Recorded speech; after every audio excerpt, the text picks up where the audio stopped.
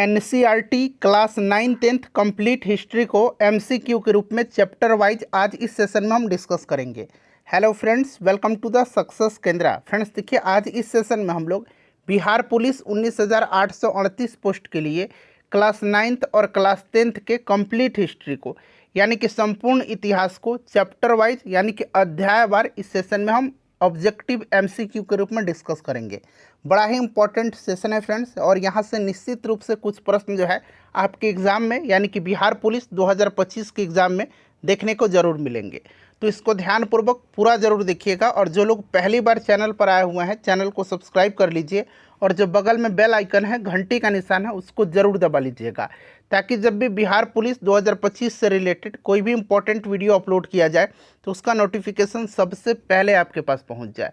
तो चलिए सेशन शुरू करते हैं। और देखिए फ्रेंड्स, ज्ञान बिंदु का Bihar police full length test 5 तक हमने कवर करा दिया था। अगर आपने नहीं देखा है तो जाकर के देख लीजिएगा, लिंक आपको डिस्क्रिप्शन बॉक्स में मिल जाएगा। चलिए स्टार्ट करते हैं अब हम लोग आज का सेशन। लोग देखिए फ्रेंड्स, सबसे पहले हम लोग क्लास 9th का जो हिस्ट्री है उसके सारे चैप्टर को एमसीक्यू के रूप में डिस्कस करेंगे। फिर हम लोग क्लास 10th को भी इसी प्रकार से कवर करेंगे इसी सेशन में। तो यहाँ पर देखिए आप, कक्षा 9 इतिहास की दुनिया अध्याय 1 है यह, और चैप्टर का नाम है भौगोलिक खोजें। थोड़ा सा मैं जूम करता हूँ ताकि प्रश्न आपको और स्पष्ट रूप से दिखाई दे। चलिए पहला प्रश्न पढ़ेंगे कि मार्को पोलो कहाँ का यात्री था। मार्को पोलो कहाँ का यात्री था फ्रेंड्स? आंसर देखिए, सबको कमेंट करना है।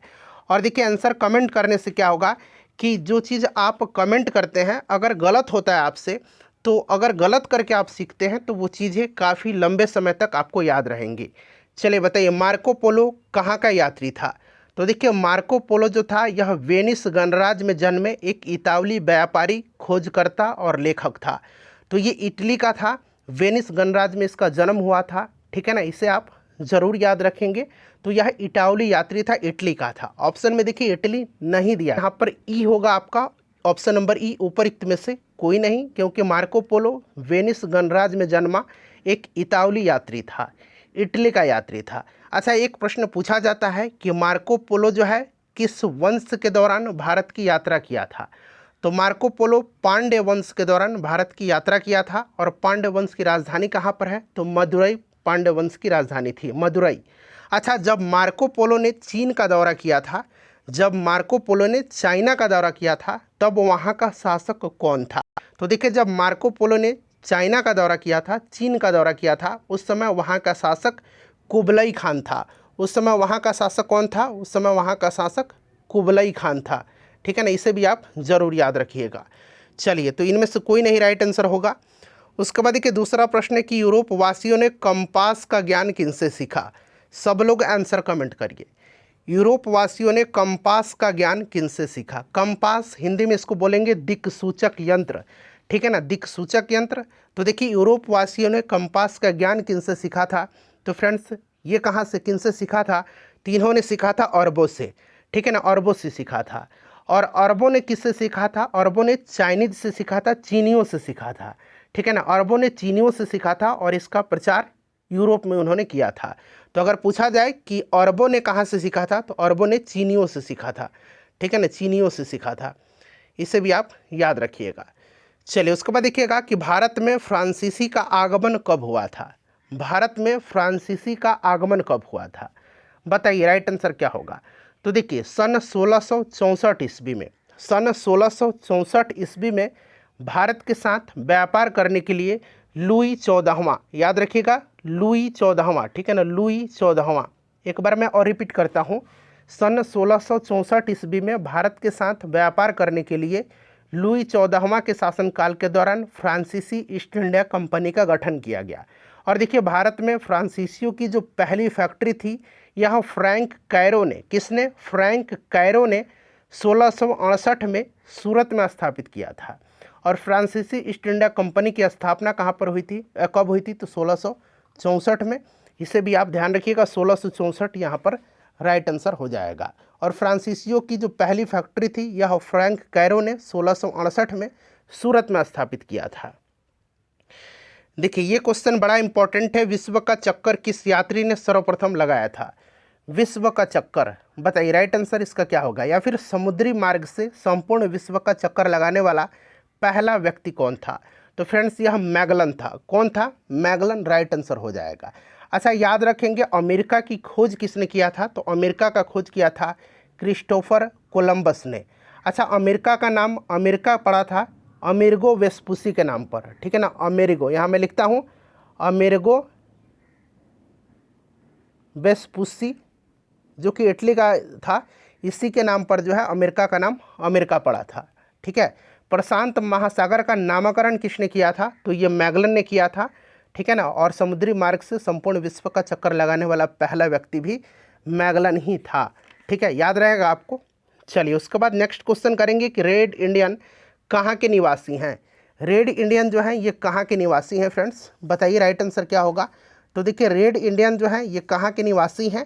तो राइट आंसर इसका क्या होगा फ्रेंड्स, अमेरिका के, ठीक है ना। रेड इंडियन अमेरिका के निवासी हैं। कहाँ के रेड इंडियन निवासी हैं? रेड इंडियन अमेरिका के मूल निवासी थे, ठीक है।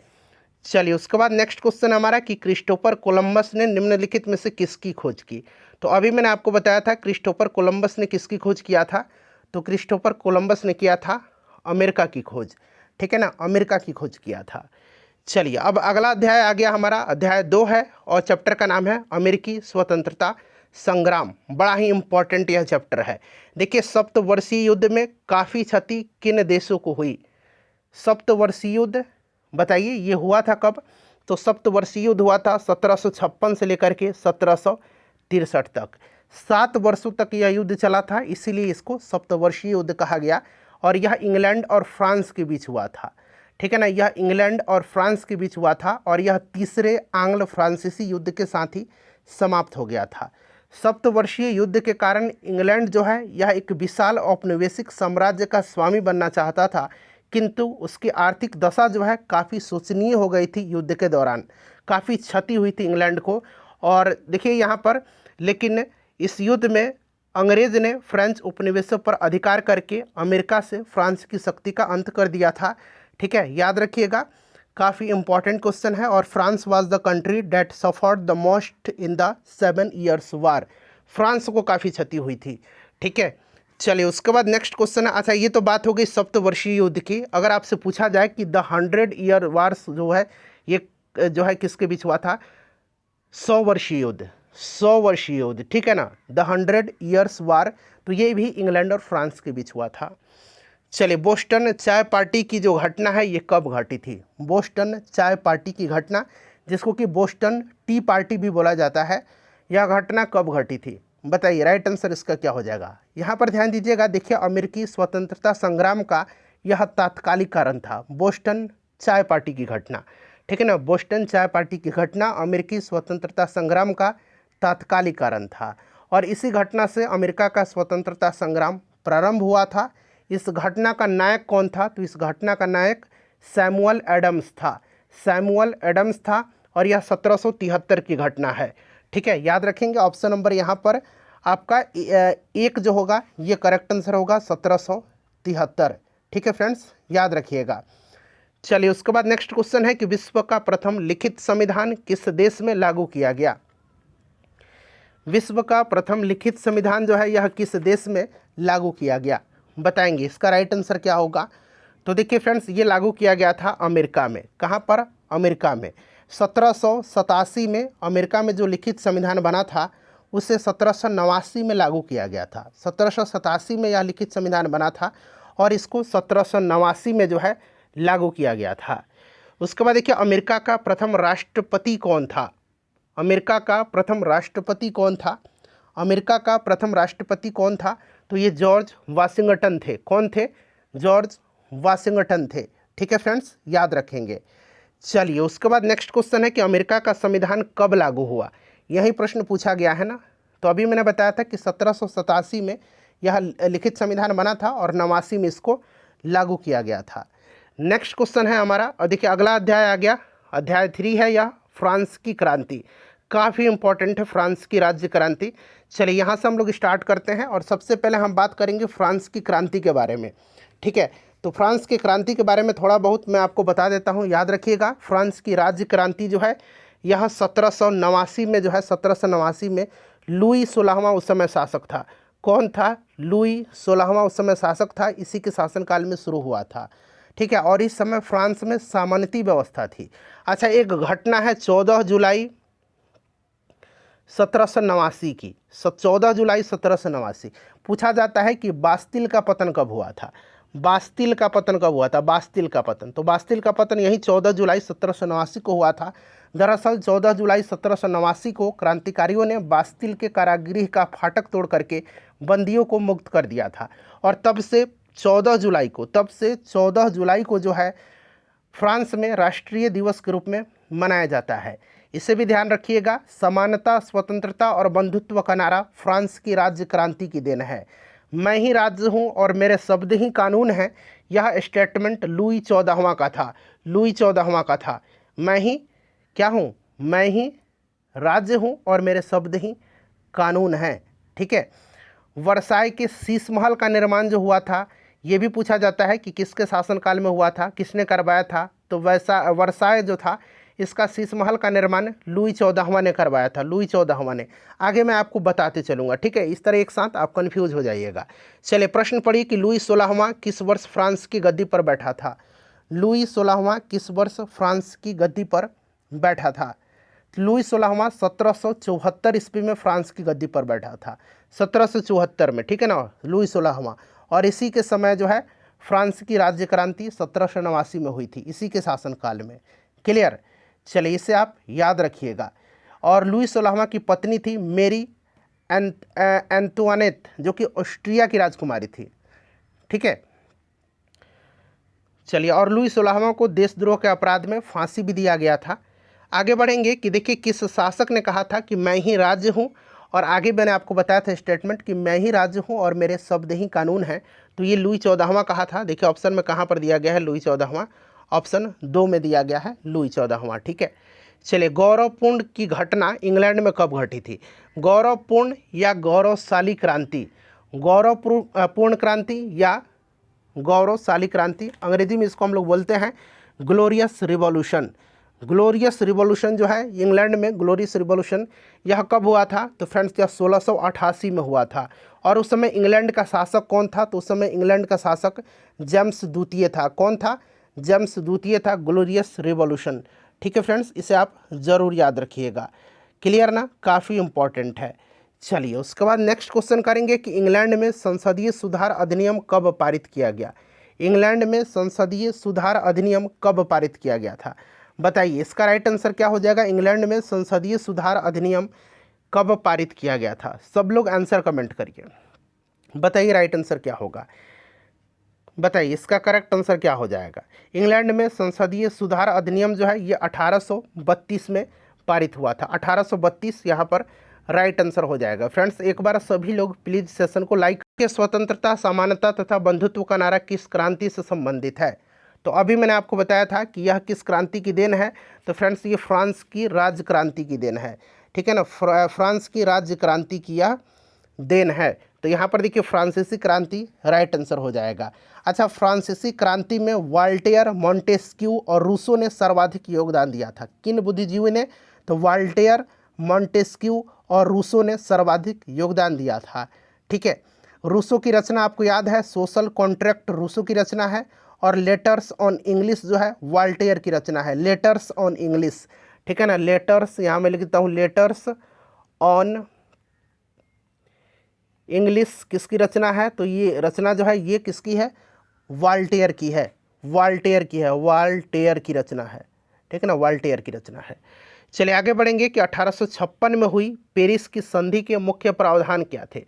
1856 में हुई पेरिस की संधि के मुख्य प्रावधान क्या थे? चलिए बताइए, इसका राइट आंसर क्या होगा? सभी लोग आंसर कमेंट करिएगा। बताइए, 1856 में हुई पेरिस की जो संधि है, इसके मुख्य प्रावधान क्या थे? सभी लोग आंसर कमेंट करिए, इसका करेक्ट आंसर क्या होगा? तो फ्रेंड्स, यहाँ पर देखिए सर्बिया की स्वतंत्रता को स्वीकार किया गया, काला सागर को तटस्थ घोषित किया गया, और रूस ने टर्की की ईसाई प्रजा के संरक्षण का अधिकार त्याग दिया। उपयुक्त यहाँ पर सभी करेक्ट आंसर इसका हो जाएगा। देखिए, फ्रांसीसी क्रांति के परिणाम पूछा गया है। यहाँ पर देखिए उपयुक्त सभी यहाँ पर भी ऑप्शन में दिया गया है। तो वहाँ पर 3 आपको दिखाई दे रहे हैं स्पष्ट रूप से। बताइए फ्रांसीसी क्रांति के परिणाम। तो देखिए फ्रांसीसी क्रांति का जो परिणाम था, सामंती व्यवस्था का अंत था, कार्यपालिका न्यायपालिका व्यवस्थापिका को एक दूसरे से पृथक कर दिया गया था और लोगों को धार्मिक स्वतंत्रता प्रदान की गई थी। तो उपयुक्त सभी यहाँ पर इसका भी करेक्ट आंसर हो जाएगा फ्रांसीसी क्रांति के परिणाम। चलिए अब चौथा अध्याय आ गया, विश्व युद्ध का इतिहास। चलिए प्रश्न है कि रूस जापान युद्ध कब हुआ था। रूस जापान युद्ध कब हुआ था, बताएंगे इसका राइट आंसर क्या होगा। रूस जापान युद्ध कब हुआ था, सभी लोग आंसर कमेंट करिए। रूस जापान युद्ध कब हुआ था। तो देखिए रूस जापान युद्ध जो हुआ था फ्रेंड्स, यह हुआ था 1905 में। और 1905 में ही याद रखिएगा, और 1905 में ही जो है एक संधि हुई थी। संधि का नाम है पोर्ट्समाउथ की संधि। यहाँ पर लिख देता हूँ पोर्ट्समाउथ की संधि। इसी के तहत यह युद्ध जो है समाप्त भी हुआ था। ठीक है, चलिए उसके बाद देखिएगा कि त्रिकूट सम्मेलन कब हुआ था। त्रिकूट सम्मेलन यानी कि ट्रिपल अलायंस। ट्रिपल अलायंस हुआ था 1882 में, बिस्मार्क ने किया था। 1882 में बिस्मार्क ने इटली, जर्मनी और ऑस्ट्रिया के बीच त्रिकूट संधि यानी कि ट्रिपल अलायंस किया था 1882। चलिए उसके बाद देखिएगा कि वर्साई की संधि में कुल कितने देश निर्णायक भूमिका निभा रहे थे वर्साई की संधि में। चलिए सभी लोग आंसर कमेंट करिएगा। वर्साई की संधि में यहाँ पर पूछा जा रहा है, काफ़ी इंपॉर्टेंट क्वेश्चन है। अच्छा बात यहाँ पर वर्साई की संधि की आई है। वर्साई की संधि जो हुई थी ये कब हुई थी, तो वर्साई की संधि जो हुई थी यह हुई थी 28 जून 1919 ईस्वी को। ठीक है ना, 1919 ईस्वी को वर्साई की संधि। ठीक है ना फ्रेंड्स, जर्मनी के साथ किया गया था। इससे आरोपित संधि भी कहा जाता है क्योंकि इसी संधि में दूसरे विश्व युद्ध का बीजारोपण किया गया था। ठीक है ना, प्रथम विश्व युद्ध के दौरान जो होने वाली वर्साई की संधि है, इसी में द्वितीय विश्व युद्ध का बीजारोपण हुआ था। ठीक है फ्रेंड्स, इसको आप ज़रूर याद रखिएगा, काफ़ी इंपॉर्टेंट क्वेश्चन है। तो वर्साई की संधि में कुल कितने देश निर्णायक भूमिका निभा रहे थे, तो ये केवल 3 देश जो थे ये आपके निर्णायक भूमिका में निभा रहे थे। ठीक है ना, अमेरिका, ब्रिटेन और फ्रांस जो था। तो यहाँ पर ऑप्शन यहाँ पर 3 राइट आंसर हो जाएगा। ठीक है, चलिए उसके बाद देखिए किस वर्ष विश्वव्यापी आर्थिक मंदी आई थी। इंपॉर्टेंट क्वेश्चन है, किस वर्ष विश्वव्यापी आर्थिक मंदी आई थी।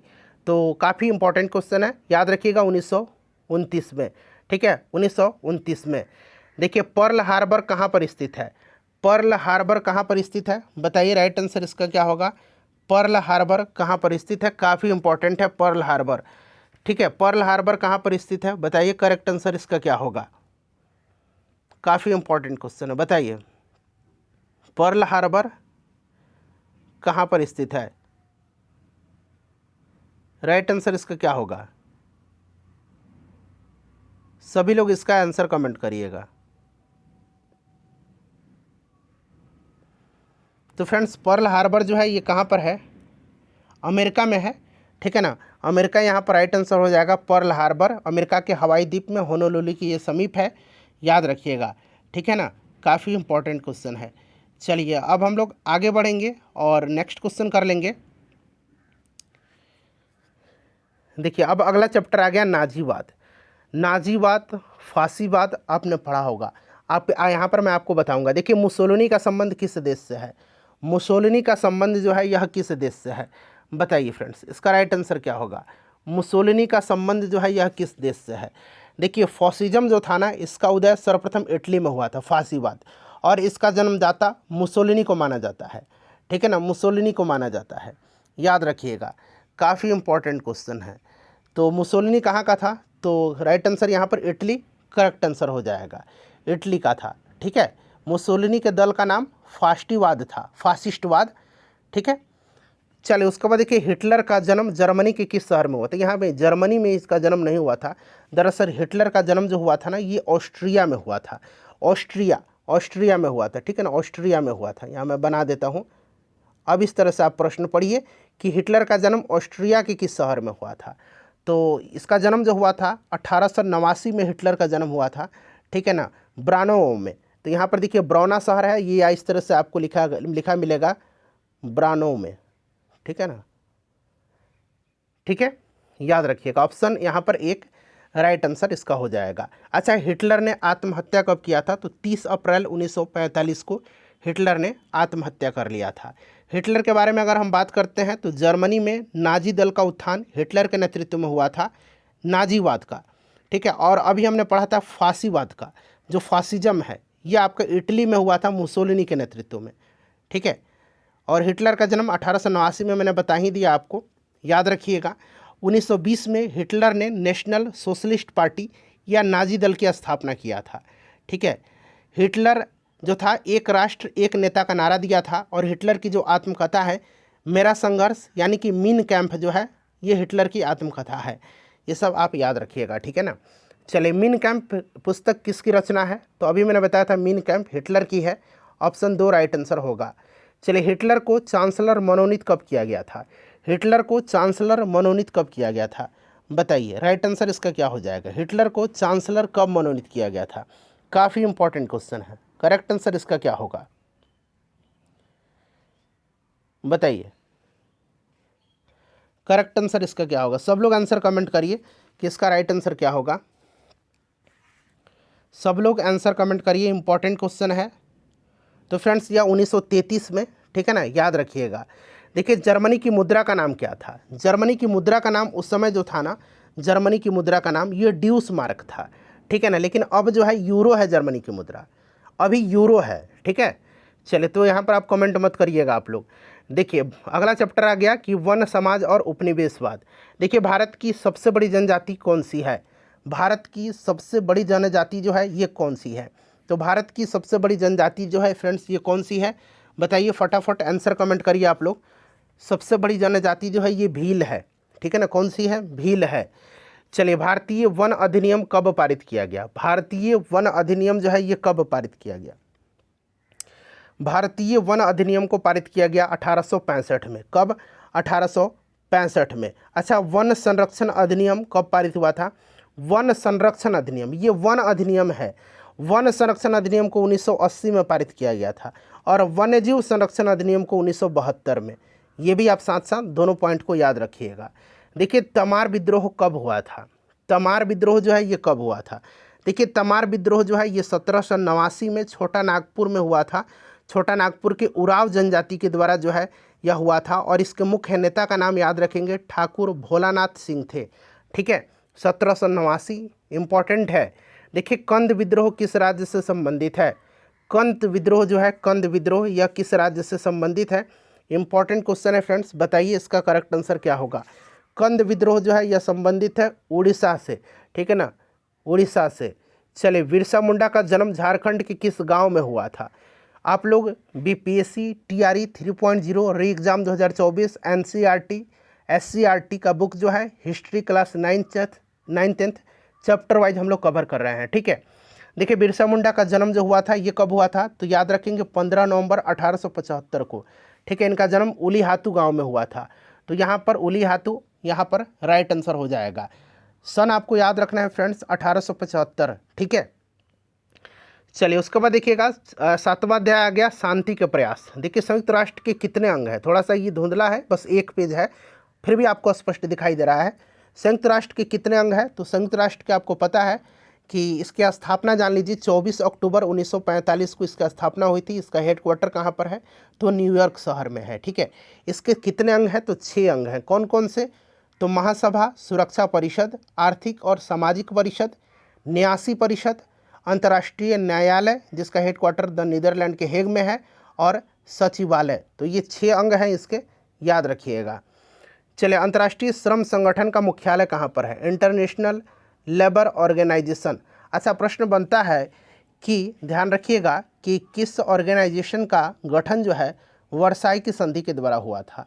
तो वर्साई की संधि के द्वारा जो है यही लेबर ऑर्गेनाइजेशन जो है इंटरनेशनल लेबर ऑर्गेनाइजेशन, इसका गठन हुआ था 1919 में, और इसका हेडक्वार्टर जेनेवा में है, स्विट्जरलैंड में है। 1919 में इसकी स्थापना हुई थी, ध्यान रखिएगा। चलिए, देखिए, कुवैत को इराकी सेना से कब मुक्त कराया गया था? कुवैत को इराकी सेना से कब मुक्त कराया गया था? बताइए, राइट आंसर इसका क्या होगा? तो देखिए, कुवैत को इराकी सेना से जो है कब मुक्त कराया गया था? तो 1991 में कराया गया था, ठीक है। 1991 में कराया गया था। उसके बाद देखिएगा कि सुरक्षा परिषद में कितने देश अस्थायी सदस्य हैं? सुरक्षा परिषद की अगर हम बात करते हैं तो देखिए 5 अस्थाई होते हैं और 10 जो होते हैं ये अस्थाई होते हैं, अस्थाई, ठीक है, ये भी आप याद रखिएगा। टोटल 15 सदस्य देश होते हैं और इस 5 अस्थाई देशों में कौन कौन से हैं? तो देखिए अमेरिका है, एक यूके है, फ्रांस है, रसिया है और चाइना है। चलिए फ्रेंड्स, उसके बाद देखिए संयुक्त राष्ट्र की स्थापना कब हुई थी? तो अभी मैंने बताया था संयुक्त राष्ट्र की स्थापना कब हुई थी, 24 अक्टूबर 1945 को हुई थी, ठीक है। हेडक्वार्टर न्यूयॉर्क में है। चलिए अब आ गया 8वां अध्याय, कृषि और खेतीहर समाज। देखिए कृषि की शुरुआत किस काल में हुई थी? कृषि की शुरुआत किस काल में हुई थी? इंपॉर्टेंट क्वेश्चन है, बताइए राइट आंसर क्या होगा। तो देखिए कृषि की शुरुआत जो हुई थी फ्रेंड्स, यह हुई थी नवपाषाण काल में। किस काल में? नवपाषाण काल में। देखिए निम्न में से रेशेदार फसलें कौन सी हैं? रेशेदार फसल, तो देखिए रेशेदार फसल इसमें से जूट है। अच्छा, जूट की बात करते हैं तो पूर्णिया में, बिहार में पूर्णिया जिला में जूट का सबसे ज़्यादा उत्पादन होता है और जूट को गोल्डन फाइबर, हिंदी में स्वर्णिम रेशा कहा जाता है। चलिए कपास उत्पादन का श्रेय किस सभ्यता की देन है? कपास उत्पादन का श्रेय किस सभ्यता की देन है, बताएंगे। राइट आंसर इसका क्या होगा? तो कपास उत्पादन का श्रेय जो है फ्रेंड्स, यह सिंधु घाटी सभ्यता की देन है, ठीक है। चलिए उसके बाद देखिए रबी फसल की कब बुआई की जाती है? अच्छा, रबी फसल के बारे में आपको पता है ना, रबी फसल के अंतर्गत जो है आपके गेहूँ, मटर, चना, सरसों ये सब आते हैं। और रबी फसल की बुआई कब की जाती है? तो फ्रेंड्स अक्टूबर नवंबर में, ठीक है। और कुछ दिन पहले गेहूँ कटा है, आपको पता भी है इसकी कटाई कब की जाती है। चलिए धान किस जलवायु की फसल है? धान जो है किस जलवायु की फसल है? काफ़ी इंपॉर्टेंट क्वेश्चन है, बताएंगे इसका राइट आंसर क्या होगा। तो ये उष्णाद्र जलवायु की फसल है। Class 9th NCERT, SCERT, history chapter wise हमने कंप्लीट कर लिया है। अब आते हैं हम लोग क्लास 10th में। देखिए क्लास 10th आ गया अब, इतिहास की दुनिया, अध्याय 1 और चैप्टर का नाम है यूरोप में राष्ट्रवाद। चलिए जूम करता हूँ। देखिए प्रश्न पढ़ेंगे। पहला प्रश्न है कि यूरोप का मरीज किसे कहा जाता है? यूरोप का मरीज किसको कहा जाता है? काफ़ी इंपॉर्टेंट क्वेश्चन है, बताइए। यूरोप का मरीज टर्की को कहा जाता है और एशिया का मरीज किसको कहा जाता है? चाइना को कहा जाता है, ठीक है। चलिए उसके बाद देखिए यंग यूरोप का संस्थापक कौन था? यंग यूरोप या फिर पूछेगा यंग इटली, दोनों तरीके से आप याद रखिएगा, यंग यूरोप और यंग इटली। अच्छा यहाँ पर यंग यूरोप पूछा गया है, यंग यूरोप का संस्थापक कौन था, बताइए। यंग यूरोप का संस्थापक जो था ये कौन था फ्रेंड्स? तो यंग यूरोप का संस्थापक जो था ये कौन था, बताइए। तो फ्रेंड्स मेजनी था, मेजनी राइट आंसर इसका हो जाएगा। जोसेफ मेजनी जो था, इसको इटली के एकीकरण का जनक कहा जाता है, जोसेफ मेजनी को, ठीक है ना, याद रखिएगा, इम्पॉर्टेंट है, ठीक है। चलिए आगे बढ़ेंगे कि मेजनी का संबंध किस संगठन से था? मेजनी का संबंध किस संगठन से था, बताइए। मेजनी का संबंध जो था ये किस संगठन से था? काफ़ी इंपॉर्टेंट क्वेश्चन है, करेक्ट आंसर इसका बताइए। तो ये कार्बोनरी यहाँ पर राइट आंसर हो जाएगा। कार्बोनरी सोसाइटी था एक, ठीक है ना। कार्बोनरी सोसाइटी की अगर पूछा जाएगा कि संस्थापक कौन था, तो इसका संस्थापक गिवर्टी था, कार्बोनरी जो सोसाइटी था, ठीक है। चलिए और यहाँ पर आप देखेंगे फ्रेंड्स, आगे मैं आपको बता देता हूँ, एक लाल कुर्ती नाम से सेना का गठन किया था गैरीबाल्डी ने, गैरीबाल्डी ने जो है लाल कुर्ती नाम से सेना का संगठन किया था, ठीक है फ्रेंड्स। चलिए अब आगे बढ़ेंगे, नेक्स्ट क्वेश्चन करेंगे कि विलियम प्रथम कहाँ का शासक था? विलियम प्रथम कहाँ का शासक था? तो देखिए विलियम प्रथम जो था ये प्रसा का शासक था। कहाँ का? प्रसा का शासक था। चलिए उसके बाद देखिए यूरोपीय सभ्यता का पालना जो है किस देश को कहा जाता है?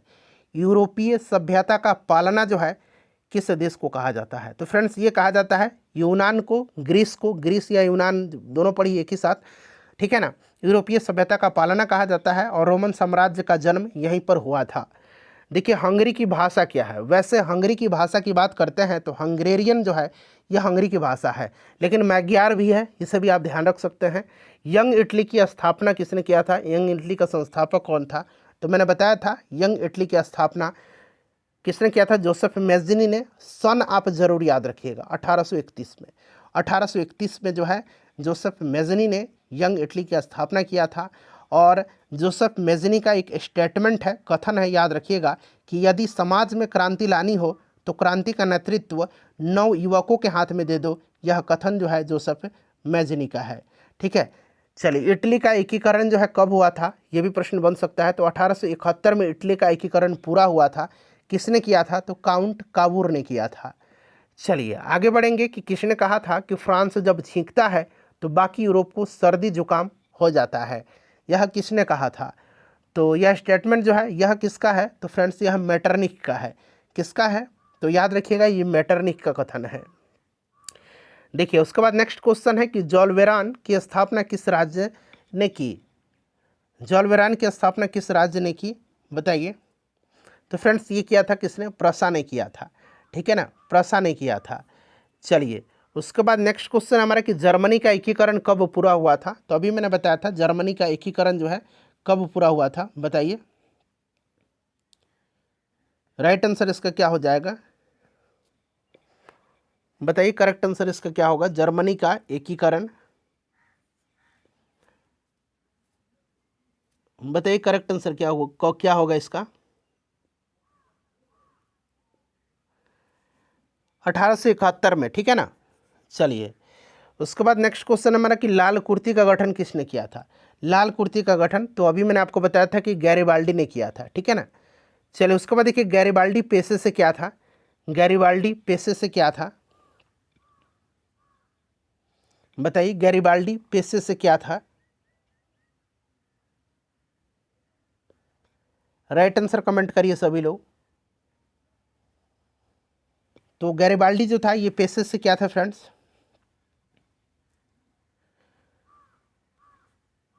ये नाविक था, ठीक है ना। क्या था ये, नाविक था, नाविक था, ठीक है ना। चलिए उसके बाद नेक्स्ट क्वेश्चन कर लेंगे हम लोग। नाविक था हो गया। जर्मन राइन राज्य का निर्माण, जर्मन राइन राज्य का निर्माण किसने किया था। जर्मन राइन राज्य का निर्माण जो है यह किसने किया था। देखिए राइन नदी के जो आसपास का क्षेत्र था उसको एकत्र करके संगठित करके जर्मन राइन का निर्माण नेपोलियन बोनापार्ट ने किया था, ठीक है, याद रखिएगा। और इससे क्या हुआ था कि जो वहाँ के लोग थे उनके अंदर राष्ट्रीय एकता का प्रसार हुआ था, ठीक है। चलिए उसके बाद नेक्स्ट क्वेश्चन हमारा कि चार्टिस्ट आंदोलन कहाँ हुआ था। ये जो चार्टिस्ट आंदोलन है ये कहाँ पर हुआ था, बताइए। देखिए चार्टिस्ट आंदोलन के बारे में आगे भी आपको मिलेगा, थोड़ा सा मैं आपको बता देता हूँ। देखिए चार्टिस्ट आंदोलन जो है ये इंग्लैंड में हुआ था। इंग्लैंड में मजदूर वर्ग के हितों की रक्षा के लिए, उनके संरक्षण के लिए ये चलाया गया पहला जो है मजदूर आंदोलन कह सकते हैं, ठीक है ना। ऑप्शन यहाँ पर 3 राइट आंसर होगा। देखिए यूरोपवासियों के लिए किस देश का साहित्य एवं विज्ञान प्रेरणा का स्रोत रहा था।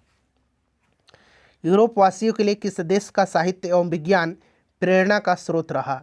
राइट आंसर इसका हो जाएगा यूनानियों का, ठीक है ना। यूनान यहाँ पर करेक्ट आंसर होगा। नेपोलियन कोड में कुल कितने कोड थे। नेपोलियन कोड की अब बात आई हुई है, ठीक है ना। नेपोलियन कोड की अब यहाँ पर बात आ गई है, तो बताइए। देखिए नेपोलियन कोड की हम बात करते हैं तो देखिए नेपोलियन ने कानूनों का एक संग्रह तैयार करवाया था जिसको कि नेपोलियन कोड कहा गया था। जिसको क्या कहा गया, जिसको कहा गया था नेपोलियन कोड। और 1804 में जो है नेपोलियन कोड को लागू किया था इसने। और इसमें पूछा गया है कि कुल कितने कोड थे। तो फ्रेंड्स इसमें कुल कोड कितने थे, तो इसमें टोटल कोड जो थे फ्रेंड्स ये 5 कोड थे, ठीक है, याद रखिएगा। और नेपोलियन ने ही बैंक ऑफ फ्रांस की भी स्थापना किया था, ठीक है ना। नेपोलियन ने ही बैंक ऑफ फ्रांस की स्थापना किया था 1800 ईस्वी में, इसे भी आप याद रखिएगा। देखिए अगला प्रश्न आ गया, नेपोलियन संहिता किस वर्ष लागू हुआ था। तो अभी मैंने आपको बताया था 1804 में, ठीक है, याद रखिएगा। चलिए फ्रांस में किस वंश की स्थापना वियना कांग्रेस के द्वारा की गई। फ्रांस में किस वंश की स्थापना वियना कांग्रेस के द्वारा की गई। राइट आंसर इसका क्या होगा, बताइए। तो ये जो बुर्बो वंश था इसकी स्थापना की गई। देखिए कार्बिनरी की स्थापना किस वर्ष हुई थी। कार्बिनरी की स्थापना किस वर्ष हुई थी। कार्बिनरी की स्थापना जो है किस वर्ष हुई थी, बताइए। राइट आंसर इसका क्या होगा, तो देखिए इसकी स्थापना हुई थी 1810 में, 1810 में हुई थी, ठीक है। चलिए उसके बाद देखिएगा कि यूनान में स्वतंत्रता संग्राम में किसकी पराजय हुई थी। यूनान में स्वतंत्रता संग्राम में किसकी पराजय हुई थी, बताइए। राइट आंसर इसका क्या होगा, तो फ्रेंड्स ये पराजय हुई थी तुर्की की, टर्की की पराजय हुई थी। देखिए फ्रांसीसी उपनिवेशों से अंतिम रूप से दास प्रथा का उन्मूलन कब किया गया। फ्रांसीसी उपनिवेशों से, ठीक है ना। फ्रांसीसी उपनिवेशों से दास प्रथा का उन्मूलन कब किया गया, बताइए इसका आंसर क्या होगा। राइट आंसर इसका हो जाएगा फ्रेंड्स 1848 में, ठीक है ना, 1848 में फ्रांसीसी उपनिवेशों से। चलिए उसके बाद देखिए, नेपोलियन बोनापार्ट ने स्वयं को फ्रांस का सम्राट किस वर्ष घोषित किया। नेपोलियन बोनापार्ट ने स्वयं को फ्रांस का सम्राट जो है किस वर्ष घोषित किया था। नेपोलियन बोनापार्ट, बताइए राइट आंसर इसका क्या हो जाएगा। नेपोलियन बोनापार्ट ने, बताइए, फ्रांस का सम्राट। तो फ्रेंड्स ये बना था 1804 में फ्रांस का सम्राट, ठीक है ना, 1804 में बना था, याद रखिएगा। और आधुनिक फ्रांस का निर्माता नेपोलियन को ही माना जाता है, ठीक है ना। नेपोलियन ने ही सर्वप्रथम इंग्लैंड को बनियों का देश कहा था। नेपोलियन का जन्म हुआ था कोर्सिका द्वीप पर। कहाँ पर हुआ था नेपोलियन का जन्म? नेपोलियन का जन्म हुआ था कोर्सिका द्वीप पर, ठीक है ना। और नेपोलियन की मृत्यु हुई थी सेंट हेलेना द्वीप पर। नेपोलियन की मृत्यु हुई थी सेंट हेलेना द्वीप पर, सेंट हेलेना, ठीक है। और मृत्यु हुई थी कोर्सिका द्वीप पर। ये दोनों आप ध्यान रखिएगा। वाटरलू का युद्ध जो हुआ था 1815 में, वाटरलू का युद्ध, इसी में नेपोलियन पराजित हो गया था। इसको बंदी बना करके सेंट हेलेना द्वीप पर भेज दिया गया था, जहाँ पर 1821 में नेपोलियन की मृत्यु हो जाती है। और इसका जन्म हुआ था कोर्सिका द्वीप पर। जन्म हुआ था इसका कोर्सिका द्वीप पर 1769 में, 1769 में। तो ये सब पॉइंट आप याद रख सकते हैं, मैं आपको बताते चल रहा हूँ, ठीक है ना। चलिए, फ्रांस की राज्य क्रांति 1789 में किसके शासनकाल में हुई थी? तो फ्रेंड्स यह लुई 16वां था, कई दफ़ा मैंने आपको बता दिया। चलिए, और उस समय सामंती व्यवस्था थी। निम्न में से किस तिथि को फ्रांस में जो है राष्ट्रीय दिवस के रूप में मनाया जाता है? तो ये घटना मैंने बताया था ना आपको, 14 जुलाई 1789 की घटना है। क्रांतिकारियों ने बास्तिल के जो कारागृह था उसको तोड़ करके बंदियों को मुक्त कर दिया, और तब से 14 जुलाई को फ्रांस में राष्ट्रीय दिवस के रूप में मनाया जाता है। चलिए, समानता, स्वतंत्रता एवं बंधुत्व का नारा किस क्रांति से संबंधित है?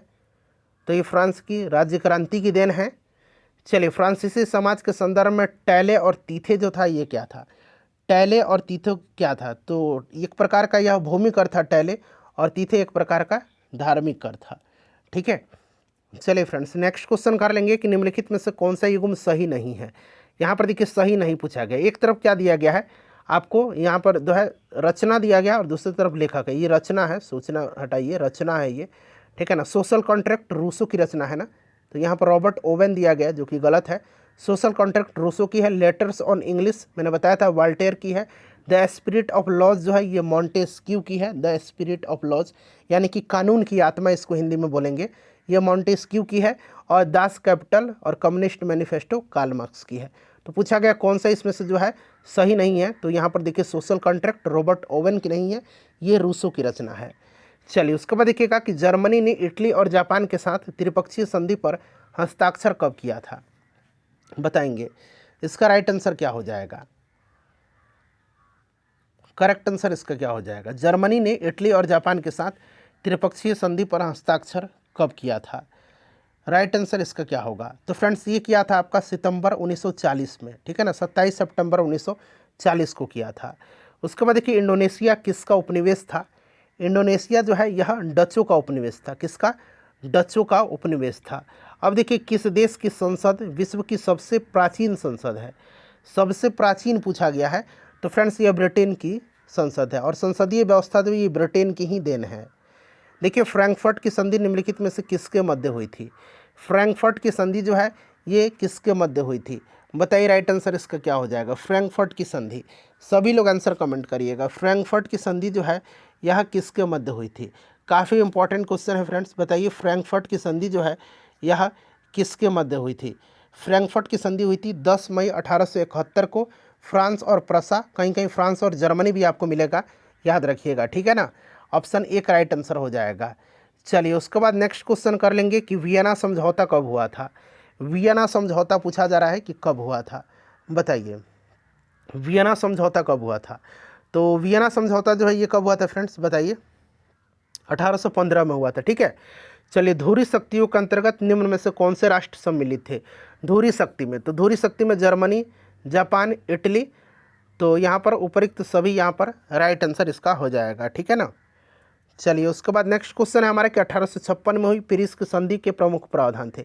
यह प्रश्न दोबारा मिल गया। सर्बिया की स्वतंत्रता को स्वीकार किया गया, काला सागर को तटस्थ घोषित किया गया था और रूस ने टर्की की जो ईसाई प्रजा के संरक्षण था उसका अधिकार त्याग दिया था। तो उपयुक्त सभी इसका राइट आंसर हो जाएगा। ये प्रश्न आपको दोबारा मिल गया है। चलिए अब दूसरा चैप्टर आ गया समाजवाद और साम्यवाद। अब बात करते हैं समाजवाद और साम्यवाद की। पहला प्रश्न है कि अप्रैल थीसिस किसने तैयार किया था? अप्रैल थीसिस जो है यह किसने तैयार किया था बताइए, इंपॉर्टेंट क्वेश्चन है। अप्रैल थीसिस रूस की क्रांति से संबंधित घटना है। देखिए 16 अप्रैल 1917 को 16 अप्रैल 1917 को जो है लेनिन ने रूस में क्रांतिकारी योजना प्रकाशित किया था जो अप्रैल थीसिस के नाम से जानी जाती है। लेनिन ने किया था, ठीक है, याद रखिएगा। और 1921 में जो है 1921 में लेनिन ने रूस में नई आर्थिक नीति लागू किया था। ये प्रश्न ऑलरेडी जो है बीपीएससी ने पूछ लिया था कि 1921 लेनिन ने नई आर्थिक नीति कब लागू किया था, तो 1921 में, ठीक है। चलिए, और आधुनिक रूस का निर्माता अगर पूछा जाए किसको कहा जाता है, तो आधुनिक रूस का निर्माता स्टालिन को कहा जाता है। चलिए फ्रेंड्स, रूस में जार का क्या अर्थ होता था? रूस में जो शासक होते थे ना उनको जार कहा जाता था, ठीक है, याद रखिएगा। रूस में जो राजा होते थे, शासक होते थे, उनको जार कहा जाता था। तो यहाँ पर देखिए रूस का सम्राट था और रूस का जो अंतिम जार था, अंतिम जार शासक जो था ये कौन था? तो ये जार निकोलस द्वितीय था। जार निकोलस द्वितीय, निकोलस, ठीक है ना, जार निकोलस द्वितीय था, याद रखिएगा। लेनिन की मृत्यु पूछा गया है कि कब हुई थी?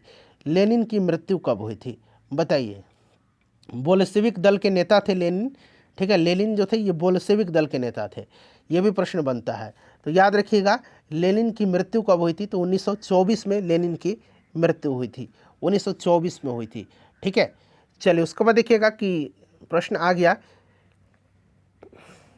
देखिए प्रश्न यही है ना कि लेनिन ने नई आर्थिक नीति की स्थापना कब किया था? तो मैंने बताया था ना कि 1921 में किया था। ये प्रश्न बीपीएससी के द्वारा पूछा जा चुका है टीचर एग्जाम में। देखिए रास्पुटिन कौन था? रास्पुटिन कौन था बताइए, इसका राइट आंसर क्या होगा फ्रेंड्स? रास्पुटिन कौन था बताइए, रास्पुटिन कौन था बताइए, रास्पुटिन कौन था? तो रास्पुटिन जो था फ्रेंड्स कौन था? करेक्ट आंसर इसका क्या होगा बताइए? रास्पुटिन जो था एक पादरी था, ठीक है ना, याद रखिएगा। तो यहाँ पर देखिएगा ऑप्शन, यहाँ पर 2 राइट आंसर इसका हो जाएगा, भ्रष्ट पादरी। चलिए सोवियत संघ का विघटन कब हुआ था? सोवियत संघ का विघटन पूछा गया है कि कब हुआ था बताइए, सोवियत संघ का विघटन कब हुआ था? तो सोवियत संघ का विघटन जो हुआ था फ्रेंड्स ये कब हुआ था? 1991 में हुआ था, ठीक है। चलिए रूस की संसद को क्या कहा जाता है?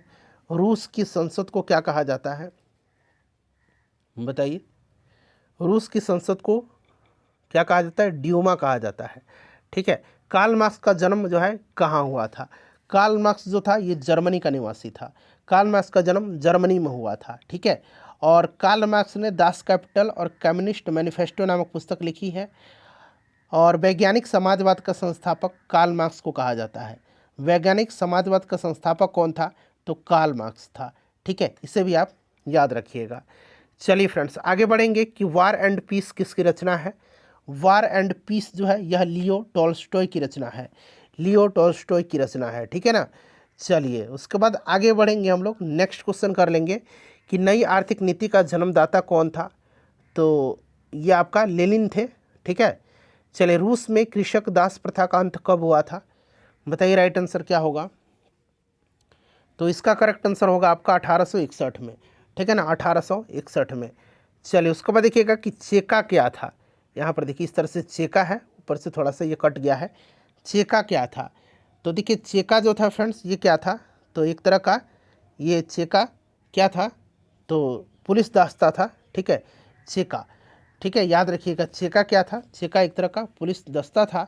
और चेका का जो है संगठन जो था, चेका संगठन, चेका का संगठन किया था लेनिन ने। किसने किया था? लेनिन ने। चेका का संगठन किसने किया था? लेनिन ने किया था, ठीक है। चलिए उसके बाद देखिए दास कैपिटल की रचना किसने की है? दास कैपिटल की रचना तो ये कार्ल मार्क्स है, ठीक है। चलिए उसके बाद देखिएगा कि स्वप्नदर्शी समाज का संस्थापक कौन था? स्वप्नदर्शी समाज का संस्थापक कौन था बताइए? स्वप्नदर्शी समाज का संस्थापक, इम्पॉर्टेंट क्वेश्चन है। तो ये रॉबर्ट ओवन है, ठीक है ना। ओवन यहाँ पर देखिए दिया गया है, याद रखिएगा, स्वप्नदर्शी समाज का संस्थापक। और समाजवाद शब्द का प्रयोग सर्वप्रथम रॉबर्ट ओवन ने ही किया था, यह भी आप याद रखिएगा। रॉबर्ट ओवन वेल्स का रहने वाला था, ठीक है। चलिए उसके बाद अगला प्रश्न है कि 1917 की बोल्शेविक क्रांति, यहाँ क्रांति बना लीजिए, 1917 की बोल्शेविक क्रांति का नेतृत्व किसने किया था। तो 1917 की जो बोल्शेविक क्रांति थी, इसका नेतृत्व जो है यह लेनिन ने किया था, ठीक है। चलिए रूस का पहला समाजवादी कौन था। रूस का पहला समाजवादी कौन था। रूस का पहला समाजवादी, तो देखिए रूसी साम्यवाद का जनक, रूसी साम्यवाद का जनक जो है ये प्लेखानोव को माना जाता है। और रूस का पहला समाजवादी प्लेखानोव था, और इसी को जो है रूसी साम्यवाद का जनक भी कहा जाता है, प्लेखानोव को, ठीक है। चलिए लाल सेना का गठन किसने किया था। लाल सेना का गठन जो है किसने किया था। लाल सेना का गठन ट्राटस्की ने किया था, ठीक है ना। और चेका का संगठन लेनिन ने किया था, चेका का, जो मैंने आपको बताया अभी। निहिलिस्ट आंदोलन कहाँ शुरू हुआ था, बताइए। निहिलिस्ट आंदोलन जो है ये शुरू कहाँ पर हुआ था। तो फ्रेंड्स निहिलिस्ट आंदोलन शुरू हुआ था रूस में। चलिए उसके बाद देखिएगा कि किसे समाजवादियों का बाइबल कहा जाता है। किसे समाजवादियों का बाइबल कहा जाता है।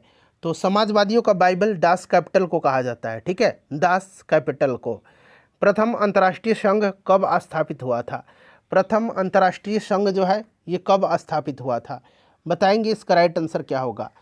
प्रथम अंतर्राष्ट्रीय संघ जो है स्थापित हुआ था कब। तो फ्रेंड्स ये 1864 में स्थापित हुआ था, 1864 में, ठीक है, 1864 में। चलिए उसके बाद देखिएगा कि 7 नवंबर 1917 ईस्वी को बोल्शेविक क्रांति का नेता निम्नलिखित में से कौन था। 7 नवंबर 1917 को बोल्शेविक क्रांति का नेता लेनिन था। नेक्स्ट क्वेश्चन है हमारा कि वैज्ञानिक समाजवाद का संस्थापक निम्नलिखित में से कौन था। देखिए आ गया ना, मैंने बताया था वैज्ञानिक समाजवाद का संस्थापक कौन था, तो कार्ल मार्क्स था, ठीक है ना। चलिए उसके बाद अगला प्रश्न है कि रूस में नई आर्थिक नीति कब लागू हुई थी। तो 1921 में लेनिन ने लागू किया था। आधुनिक रूस का निर्माता किसे कहा जाता है, मैंने बताया था आधुनिक रूस का निर्माता आपको। तो फ्रेंड्स ये स्टालिन है। चलिए उसके बाद देखिए एशिया सोशल नहीं, Russian social democratic workers party का गठन कब हुआ था, बताइएगा। इसका राइट आंसर क्या होगा, तो बताइए करेक्ट आंसर इसका क्या होगा। तो इसकी स्थापना जो है ना, Russian social democratic workers party का गठन जो है ये आपका हुआ था कब, तो 1898 में हुआ था, ठीक है ना। और मिन्स्क ने किया था, किसने किया था, मिन्स्क ने किया था, मिन्स्क ने, ठीक है ना, मिन्स्क ने किया था, याद रखिएगा। चलिए फ्रेंड्स ऑप्शन नंबर यहाँ पर 3 होगा। उसके बाद देखिए निम्नलिखित में से किसका संबंध रूसी क्रांति के परिणामों से है। किसका संबंध रूसी क्रांति के परिणामों से है। जारशाही की समाप्ति हुई थी, उपनिवेशवाद से मुक्ति और अनेक राजवंश का अंत, उपयुक्त सभी यहाँ पर इसका आंसर हो जाएगा। चलिए निम्नलिखित में से कौन सा मित्र राष्ट्रों में सम्मिलित था। तो मित्र राष्ट्रों में फ्रांस, रसिया और अमेरिका उपयुक्त सभी थे सम्मिलित, ठीक है ना। चलिए उसके बाद देखिएगा कि पेरिस शांति सम्मेलन के दौरान निम्न में से पराजित राष्ट्रों के साथ कौन सी संधि की गई थी। पेरिस शांति सम्मेलन, बताइएगा। बात यहाँ पर आई है पेरिस शांति सम्मेलन की, तो पेरिस शांति सम्मेलन से संबंधित प्रश्न पूछा जाता है, मैं आपको पहले बता देता हूँ। देखिए पेरिस शांति सम्मेलन जो हुआ था ये कब हुआ था। तो पेरिस शांति सम्मेलन हुआ था कब, 1919 में हुआ था ना, ठीक है ना। और देखिए फ्रेंड्स इसमें अगर हम बात करते हैं तो इसमें अगर हम बात करें तो अमेरिका के राष्ट्रपति वुड्रो विल्सन थे, ब्रिटेन के प्रधानमंत्री लॉयड जॉर्ज थे, फ्रांस के प्रधानमंत्री जॉर्ज क्लेमेंसो भी थे, ठीक है ना। अगर पूछा जाए कि फ्रांस का प्रतिनिधित्व किसने किया था इसमें पेरिस शांति सम्मेलन में, जॉर्ज क्लेमेंसो, ब्रिटेन का लॉयड जॉर्ज और अमेरिका के वुड्रो विल्सन, ठीक है ना। तो पेरिस शांति सेवर्स की संधि हुई, सेंट जर्मन की संधि और वर्साई की संधि, उपयुक्त सभी यहाँ पर इसका करेक्ट आंसर हो जाएगा, ठीक है। चलिए किसी भी प्रश्न में डाउट है तो आप लोग प्रश्न संख्या लिख करके कमेंट करिएगा और चैप्टर का नाम जरूर लिखिएगा, वैसे सुविधा होगा मुझे। देखिए किस संधि के द्वारा ऑटोमन साम्राज्य को विखंडित कर दिया गया, बड़ा ही इंपॉर्टेंट है। ऑटोमन साम्राज्य को विखंडित किया गया था किस संधि के द्वारा, बताइए राइट आंसर इसका क्या होगा। तो फ्रेंड्स यह संधि है सेवर्स की संधि। सेवर्स की संधि जो हुई थी फ्रेंड्स यह या सेब्र की संधि, इस तरह से यह संधि हुई थी 10 अगस्त 1920 को, 10 अगस्त 1920 को यह संधि हुई थी, 10 अगस्त 1920 को, ठीक है, याद रखिएगा। और देखिए फ्रेंड्स यह तुर्की के साथ हुई थी और प्रथम विश्व युद्ध के बाद तुर्की के साथ यह एक भीषण अपमानजनक संधि थी और इसको मुस्तफ़ा कमाल पाशा ने मानने से इनकार कर दिया था। चलिए उसके बाद देखिए चेका का गठन निम्नलिखित में से किसने किया था। तो मैंने आपको बताया था कि चेका का गठन किसने किया था। चेका का गठन किया था लेनिन ने, ठीक है ना। लेनिन राइट आंसर हो जाएगा। देखिए एक राष्ट्र और एक नेता का नारा किसने दिया था। एक राष्ट्र और एक नेता का नारा दिया था किसने, बताइए। तो फ्रेंड्स यह नारा दिया था हिटलर ने, ठीक है ना। हिटलर ने दिया था एक राष्ट्र और एक नेता का नारा। चलिए उसके बाद देखिएगा कि मीन कैंप किसकी आत्मकथा है। तो मीन कैंप मैंने बताया था कि हिटलर की आत्मकथा है। देखिए विशेषाधिकार अधिनियम यानी कि इनेबलिंग एक्ट के द्वारा जर्मनी में तानाशाही स्थापित कर दी गई। यह अधिनियम कब पारित किया गया। इनेबलिंग एक्ट को पारित कब किया गया था, बताइए। राइट आंसर इसका क्या होगा। इनेबलिंग एक्ट को पारित किया गया था 3 मार्च 1933 को, ठीक है ना। 3 मार्च 1933 को जो है इनेबलिंग एक्ट को पारित किया गया था। क्लियर ना। चलिए उसके बाद देखिएगा कि अतिजीविता का सिद्धांत निम्नलिखित में से किसके द्वारा दिया गया। अतिजीविता का सिद्धांत जो है यह किसके द्वारा दिया गया था। तो देखिए अतिजीविता का सिद्धांत बड़ा ही इंपॉर्टेंट है। अतिजीविता का सिद्धांत जो दिया गया था यह दिया गया था हर्बर्ट स्पेंसर के द्वारा। किसके द्वारा दिया गया था, हर्बर्ट स्पेंसर के द्वारा दिया गया था। और यह सिद्धांत आगे चल कर के चार्ल्स डार्विन ने स्पष्ट किया और इसके अनुसार जो है किसी जीव के जीवित रहने की क्षमता पर्यावरण की स्थिति पर निर्भर करती है, ये याद रखिएगा। देखिए वाइमर संविधान का संबंध निम्नलिखित में से किस देश से है। वाइमर संविधान का संबंध जो है यह जर्मनी से है। किस देश से है फ्रेंड्स, तो ये जर्मनी से है, ठीक है। चलिए छठा प्रश्न है कि जर्मनी में नाजी दल का उत्थान किसके नेतृत्व में हुआ था। जर्मनी में नाजी दल का उत्थान जो हुआ था यह हिटलर के नेतृत्व में हुआ था। याद रखिएगा हिटलर के नेतृत्व में हुआ था, ठीक है, हिटलर के नेतृत्व में। चलिए हिटलर यहाँ पर राइट आंसर हो जाएगा। देखिए हिटलर की नस्ली सोच निम्नलिखित में से किसके सिद्धांत पर आधारित थी। हिटलर की जो नस्ली सोच थी ये हर्बर्ट स्पेंसर की उत्तरजीविता का जो सिद्धांत था उस पर और चार्ल्स डार्विन दोनों के सिद्धांत पर आधारित था। नेक्स्ट क्वेश्चन है हिटलर लीग ऑफ नेशन से कब अलग हुआ था, बताइए। हिटलर लीग ऑफ नेशन से कब अलग हुआ था। तो देखिए हिटलर जो है लीग ऑफ नेशन से अलग हुआ था कब, 1933 में, ठीक है ना। 1933 में हिटलर लीग ऑफ नेशन से अलग हुआ था, 1933 में, याद रखिएगा। चलिए ऑप्शन में नहीं दिया गया है। निम्नलिखित में से किसका गठन हिटलर के द्वारा किया गया था। हिटलर का गठन जो है इसमें से देखिए गेस्ताओ एक गुप्तचर राज्य पुलिस था, एसएस अपराध नियंत्रण पुलिस और सुरक्षा सेवा सभी का गठन किया गया था, ठीक है फ्रेंड्स। चलिए उसके बाद आगे बढ़ेंगे। नेक्स्ट क्वेश्चन हमारा इटली के एकीकरण का जनक किसे माना जाता है। इटली के एकीकरण का जनक जो है ये किसको माना जाता है। राइट आंसर इसका क्या होगा, बताइए। तो देखिए इटली का जो एकीकरण है इसका जनक मेजनी को माना जाता है, ठीक है ना। किसको माना जाता है, इटली के एकीकरण का जनक मेजनी को माना जाता है। और इटली का एकीकरण 1871 में काउंट काबूर ने किया था, ठीक है। चलिए उसके बाद नेक्स्ट क्वेश्चन करेंगे। देखिए निम्नलिखित में से कौन सा बिस्मार्क की विदेश नीति के सिद्धांत में सम्मिलित नहीं था, ठीक है। तो अपनी विजयों को सुरक्षित करना, यूरोपीय महाद्वीप में शांति व्यवस्था करना और फ्रांस के विरुद्ध और जर्मनी के पक्ष में गुटबंदी करना, पंचशील नहीं था, ठीक है ना।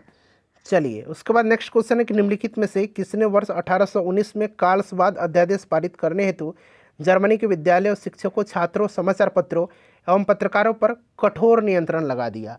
तो फ्रेंड्स ये लगा दिया था मेटरनिख ने। किसने, मेटरनिख ने लगा दिया था।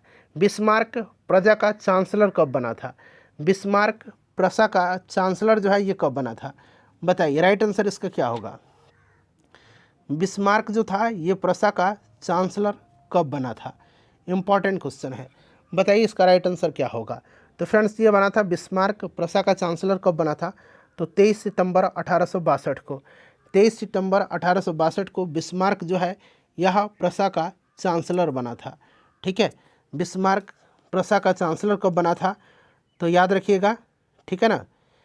चलिए बिस्मार्क प्रसा का चांसलर कब बना था, ये प्रश्न पूछा गया था। चलिए उसके बाद देखिएगा नेक्स्ट क्वेश्चन है हमारा, तीसरा अध्याय आ गया हिंद चीन में राष्ट्रवादी आंदोलन। देखिए अंकोर वाट का मंदिर कहाँ स्थित है। अंकोर वाट का मंदिर जो है ये कहाँ पर स्थित है फ्रेंड्स, बताइए। राइट आंसर इसका क्या होगा। तो अंकोर वाट का मंदिर कंबोडिया में है ना, आपको भी याद होगा।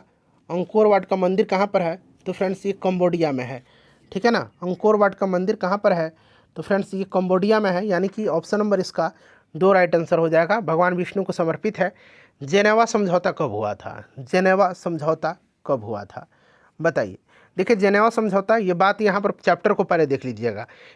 हिंद चीन में राष्ट्रवादी, अब एक जेनेवा समझौता दूसरा है और यहाँ पर दूसरी जेनेवा समझौता की बात की जा रही है। तो ये जेनेवा समझौता हुआ था फ्रांस और वियतनाम के बीच में, और अमेरिकी हस्तक्षेप के कारण यह 1954 में हुआ था। ठीक है ना, इस चीज़ को आप याद रखिएगा। चलिए, हिंद चीन किसका अधीन आते हैं? तो हिंद चीन जो आते थे ये किसका अधीन आते थे? तो फ्रेंड्स ये फ्रांस का अधीन। और हिंद चीन में कौन कौन से देश सम्मिलित थे, ये भी प्रश्न बनता है। तो हिंद चीन में थे लाओस, कंबोडिया और वियतनाम। हिंद चीन में कौन सा देश सम्मिलित नहीं था? तो चाइना इसमें सम्मिलित नहीं था। ठीक है ना। कौन कौन से देश आते हैं? लाओस, कंबोडिया और वियतनाम। याद रखिएगा, काफ़ी इंपॉर्टेंट है। कंबोडिया का पुराना नाम क्या था? कंबोडिया का पुराना नाम कंपूचिया था। हिंद चीन में बसने वाले फ्रांसीसी क्या कहे जाते थे? हिंद चीन में बसने वाले जो फ्रांसीसी थे वो क्या कहे जाते थे? तो फ्रेंड्स उनको फोलोन कहा जाता था। देखिए, इंडो चाइना किस देश का उपनिवेश था? इंडो चाइना किस देश का उपनिवेश था? तो फ्रेंड्स ये फ्रांस के उपनिवेश थे। ठीक है। चलिए, हो ची मिन्ह का शाब्दिक अर्थ क्या होता है? हो ची मिन्ह का, तो इसका शाब्दिक अर्थ पथ प्रदर्शक होता है।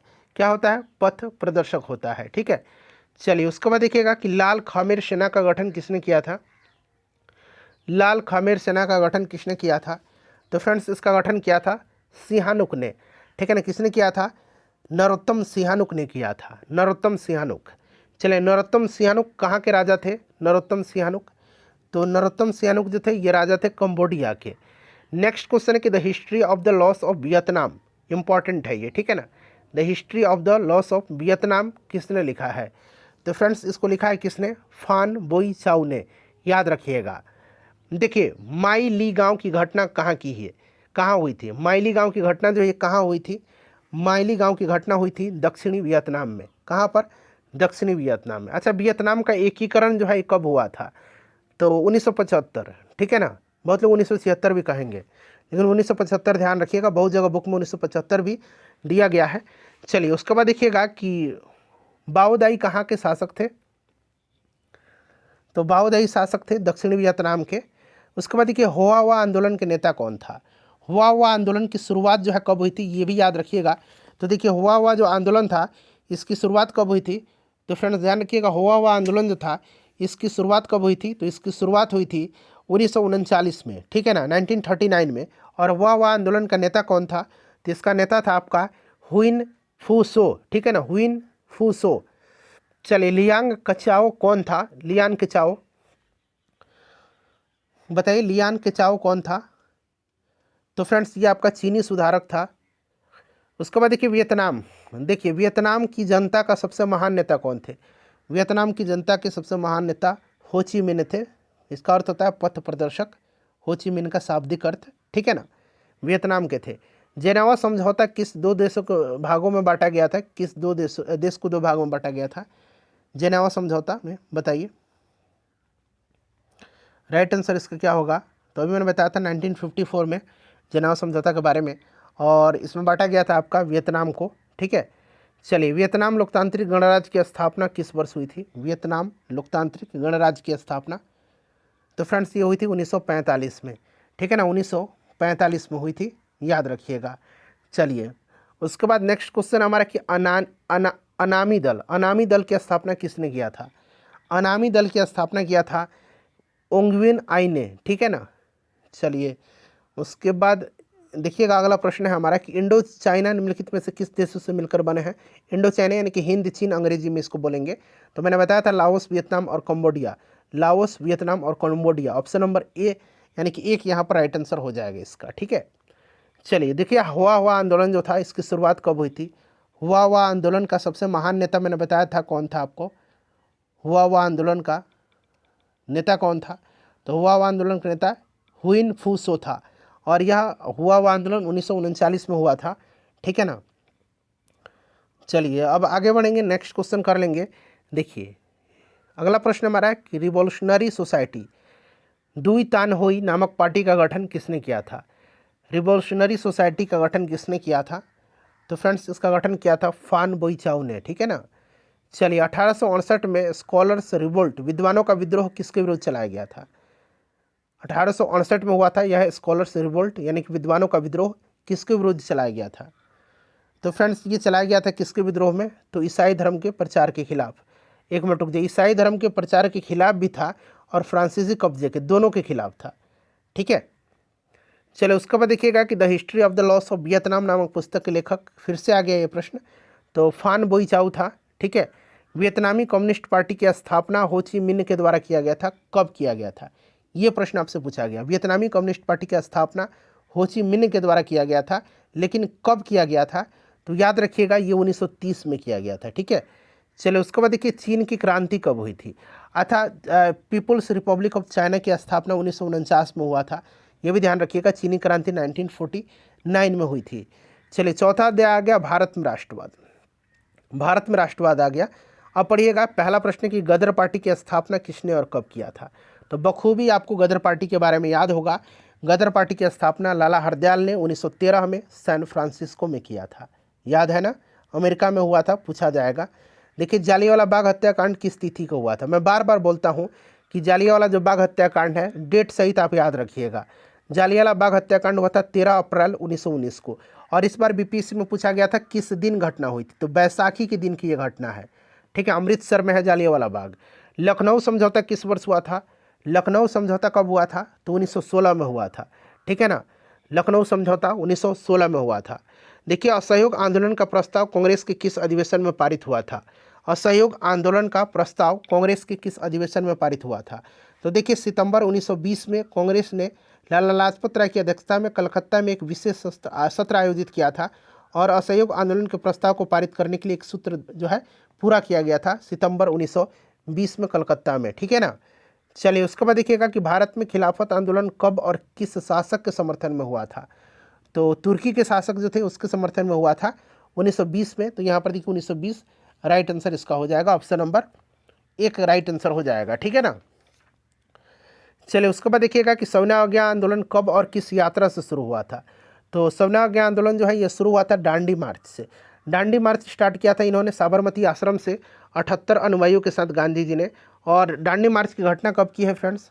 तो यह 12 मार्च 1930 की घटना है। 78 अनुयायियों के साथ साबरमती आश्रम से दांडी की तरफ कूच किए और दांडी पहुंच करके 6 अप्रैल 1930 को सांकेतिक रूप से नमक बना करके नमक कानून को तोड़ा और इसके साथ ही सविनय आंदोलन स्टार्ट हो गई थी। देखिए पूर्ण स्वराज की मांग का प्रस्ताव कांग्रेस के किस वार्षिक अधिवेशन में पारित हुआ था? पूर्ण स्वराज की मांग का प्रस्ताव कांग्रेस के किस वार्षिक अधिवेशन में पारित हुआ था? तो फ्रेंड्स ये हुआ था आपका 1929 का लाहौर अधिवेशन में। ठीक है, चलो उसके बाद देखिए राष्ट्रीय स्वयंसेवक संघ यानी कि आरएसएस की स्थापना जो है यह कब और किसने किया था? आरएसएस की स्थापना किया था डॉक्टर हेडगेवार ने 1925 में, याद रखिएगा। ठीक है, चलिए उसके बाद देखिए वल्लभ भाई पटेल को सरदार की उपाधि किस किसान आंदोलन के दौरान दी गई थी? तो वल्लभ भाई पटेल को सरदार की उपाधि दिया गया था किस आंदोलन के दौरान? तो याद रखिएगा बारदोली सत्याग्रह के दौरान दिया गया था। ठीक है ना, वहाँ की महिलाओं के द्वारा। रंपा विद्रोह कब हुआ था? तो देखिए रंपा विद्रोह 1879 से हुआ था, 1922 तक यह विद्रोह चला था। और 1922 में कहीं कहीं जो है, चूँकि रफ्तार पकड़ा था बाद में, 1922 में भी कहीं कहीं जिक्र किया गया है। आपको ऑप्शन में 1922 भी मिलेगा। ठीक है ना, तो इस चीज़ को आप याद रखिएगा, रंपा विद्रोह। और अल्लूरी सीताराम राजू के नेतृत्व में हुआ था, इसे भी आप ध्यान रखिएगा। किस वायसराय के समय में वर्नाक्यूलर प्रेस एक्ट पारित हुआ था? वर्नाक्यूलर प्रेस एक्ट को पारित किया गया था 1878 में लॉर्ड लेटन के समय में। ठीक है ना, और 1882 में लॉर्ड रिपन ने जो है इसको निरस्त किया था, रिपन ने। ठीक है, वर्नाक्यूलर प्रेस एक्ट को। देखिए भारतीय राष्ट्रीय कांग्रेस का गठन कब हुआ था? सिंपल सा क्वेश्चन है। 1885 में इसकी स्थापना एओ ह्यूम ने किया था। और भारतीय राष्ट्रीय कांग्रेस का जो पहला अधिवेशन हुआ था ये बम्बई में हुआ था। ठीक है ना फ्रेंड्स, याद रखिएगा। और डब्ल्यू.सी. बनर्जी इसके पहले अध्यक्ष थे। चलिए मॉन्टेग्यू चेम्सफोर्ड सुधार अधिनियम जो है भारत सरकार अधिनियम कब बना था? मॉन्टेग्यू चेम्सफोर्ड भारत सरकार अधिनियम। तो मॉन्टेग्यू चेम्सफोर्ड बना था 1919 में। ठीक है ना, और 1909 में है मार्लिमेंटो सुधार अधिनियम। ठीक है, इसे भी आप याद रखिएगा। चलिए अब आगे बढ़ेंगे, नेक्स्ट क्वेश्चन कर लेंगे हम लोग। तो इसका राइट आंसर क्या हो जाएगा फ्रेंड्स? यहाँ पर देखिए, तो इसका करेक्ट आंसर आपका हो जाएगा 1919। ठीक है ना, 1919 यहाँ पर इसका करेक्ट आंसर हो जाएगा। चलिए उसके बाद नेक्स्ट क्वेश्चन हमारा कि गांधी जी को ब्रिटिश द्वारा कब गिरफ्तार करके उन्हें 6 वर्ष तक की कारावास की सज़ा सुनाई गई थी। बताइए इसका राइट आंसर क्या होगा। तो देखिए फ्रेंड्स, गांधी जी को गिरफ्तार किया गया था 1922 में, ठीक है ना। और हालांकि 2 साल तक 6 वर्ष के लिए उनको गिरफ्तार किया गया था। हालांकि 2 वर्ष के बाद ही 1924 में लगातार इनकी सेहत खराब हो रही थी और इसी की वजह से उनको रिहा भी कर दिया गया था। देखिए साइमन कमीशन वापस जाओ का नारा कब दिया गया था? क्योंकि साइमन कमीशन आया था 3 फरवरी 1928 को और उसी दिन नारा दिया गया था साइमन गो बैक का नारा। और साइमन गो बैक का नारा जो है ये दिया था यूसुफ मेहर अली ने, यूसुफ मेहर अली ने, याद रखिएगा, ठीक है ना। चलिए उसके बाद देखिएगा कि चटगांव शस्त्रागार पर क्रांतिकारियों द्वारा छापा किसके नेतृत्व में किया गया था? वीवीआई क्वेश्चन है। चटगांव शस्त्रागार जो छापा हुआ था यह घटना 1930 की घटना है और यह सूर्यसेन के नेतृत्व में चटगांव शस्त्रागार पर क्रांतिकारियों के द्वारा छापा दिया गया था, ठीक है। देखिए मोपला विद्रोह किन राज्यों में घटित हुआ था? तो मोपला विद्रोह 1921 में हुआ था, केरल, यहाँ पर ध्यान रखिएगा, ठीक है। चलिए उसके बाद देखिए ऑल इंडिया ट्रेड यूनियन का गठन किस वर्ष हुआ था? ऑल इंडिया ट्रेड यूनियन का गठन हुआ था कब? तो 31 अक्टूबर 1920 को हुआ था और लाला लाजपत राय इसके पहले अध्यक्ष थे, ठीक है। चलिए उसके बाद देखिएगा कि भारतीय राष्ट्रीय कांग्रेस द्वारा पुनः सार्वजनिक सभा की स्थापना कब हुई थी? यहाँ पर भारतीय राष्ट्रीय कांग्रेस हटा लीजिए, क्योंकि पुनः सार्वजनिक सभा की स्थापना जो हुई थी महादेव गोविंद रानडे ने 1870 में हुआ था और 1885 में भारतीय राष्ट्रीय कांग्रेस की स्थापना हुई थी।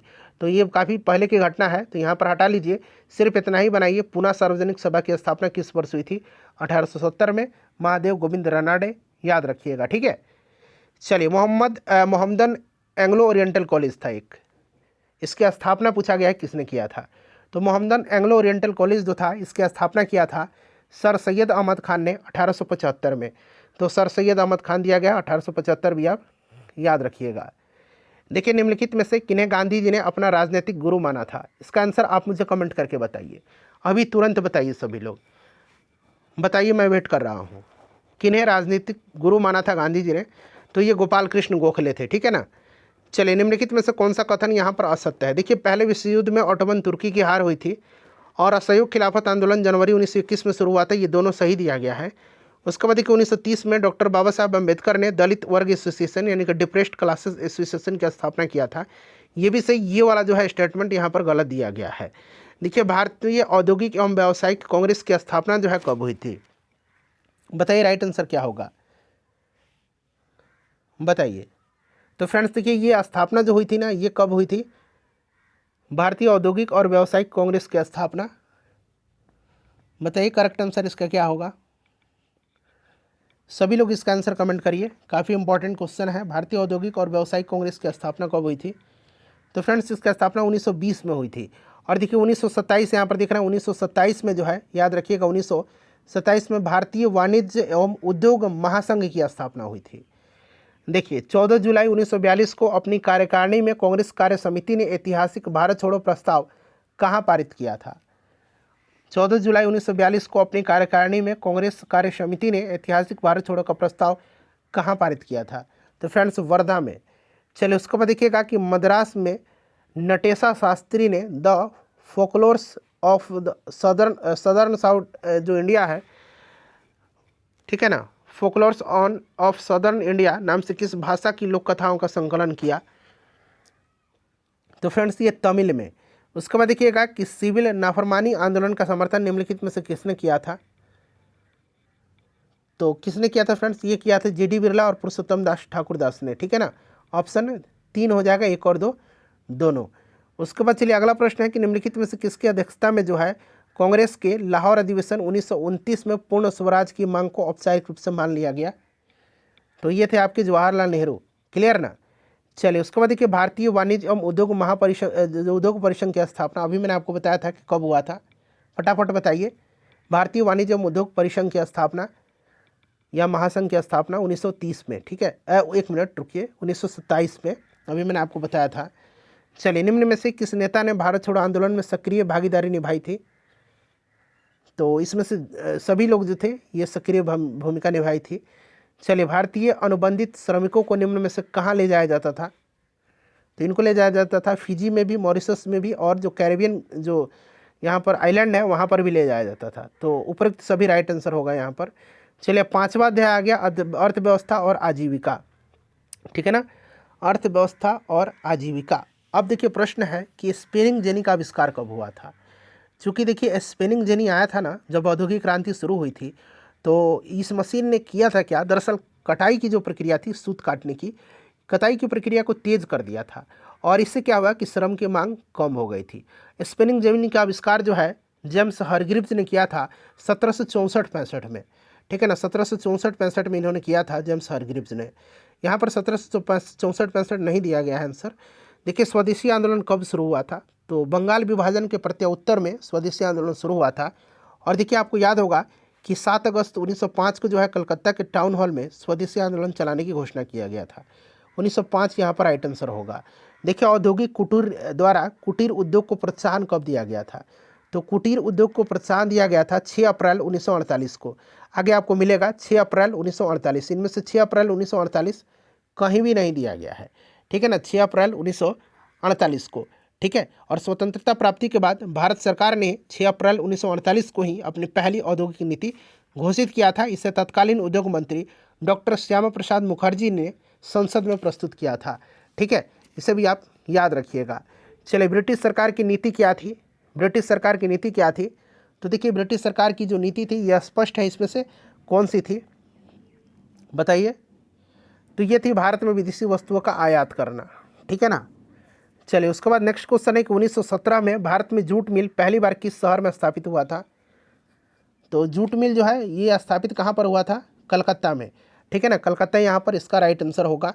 चलिए उसके बाद देखिएगा कि भारत में Tata hydro electric power station की स्थापना कब हुई थी, तो फ्रेंड्स ये 1910 में हुई थी, याद रखिएगा। उसके बाद देखिए इंग्लैंड में सभी स्त्री और पुरुषों को वयस्क मताधिकार कब प्राप्त हुआ था, तो 1918 में प्राप्त हुआ था। कब, 1918 में प्राप्त हुआ था, ठीक है, याद रखिएगा।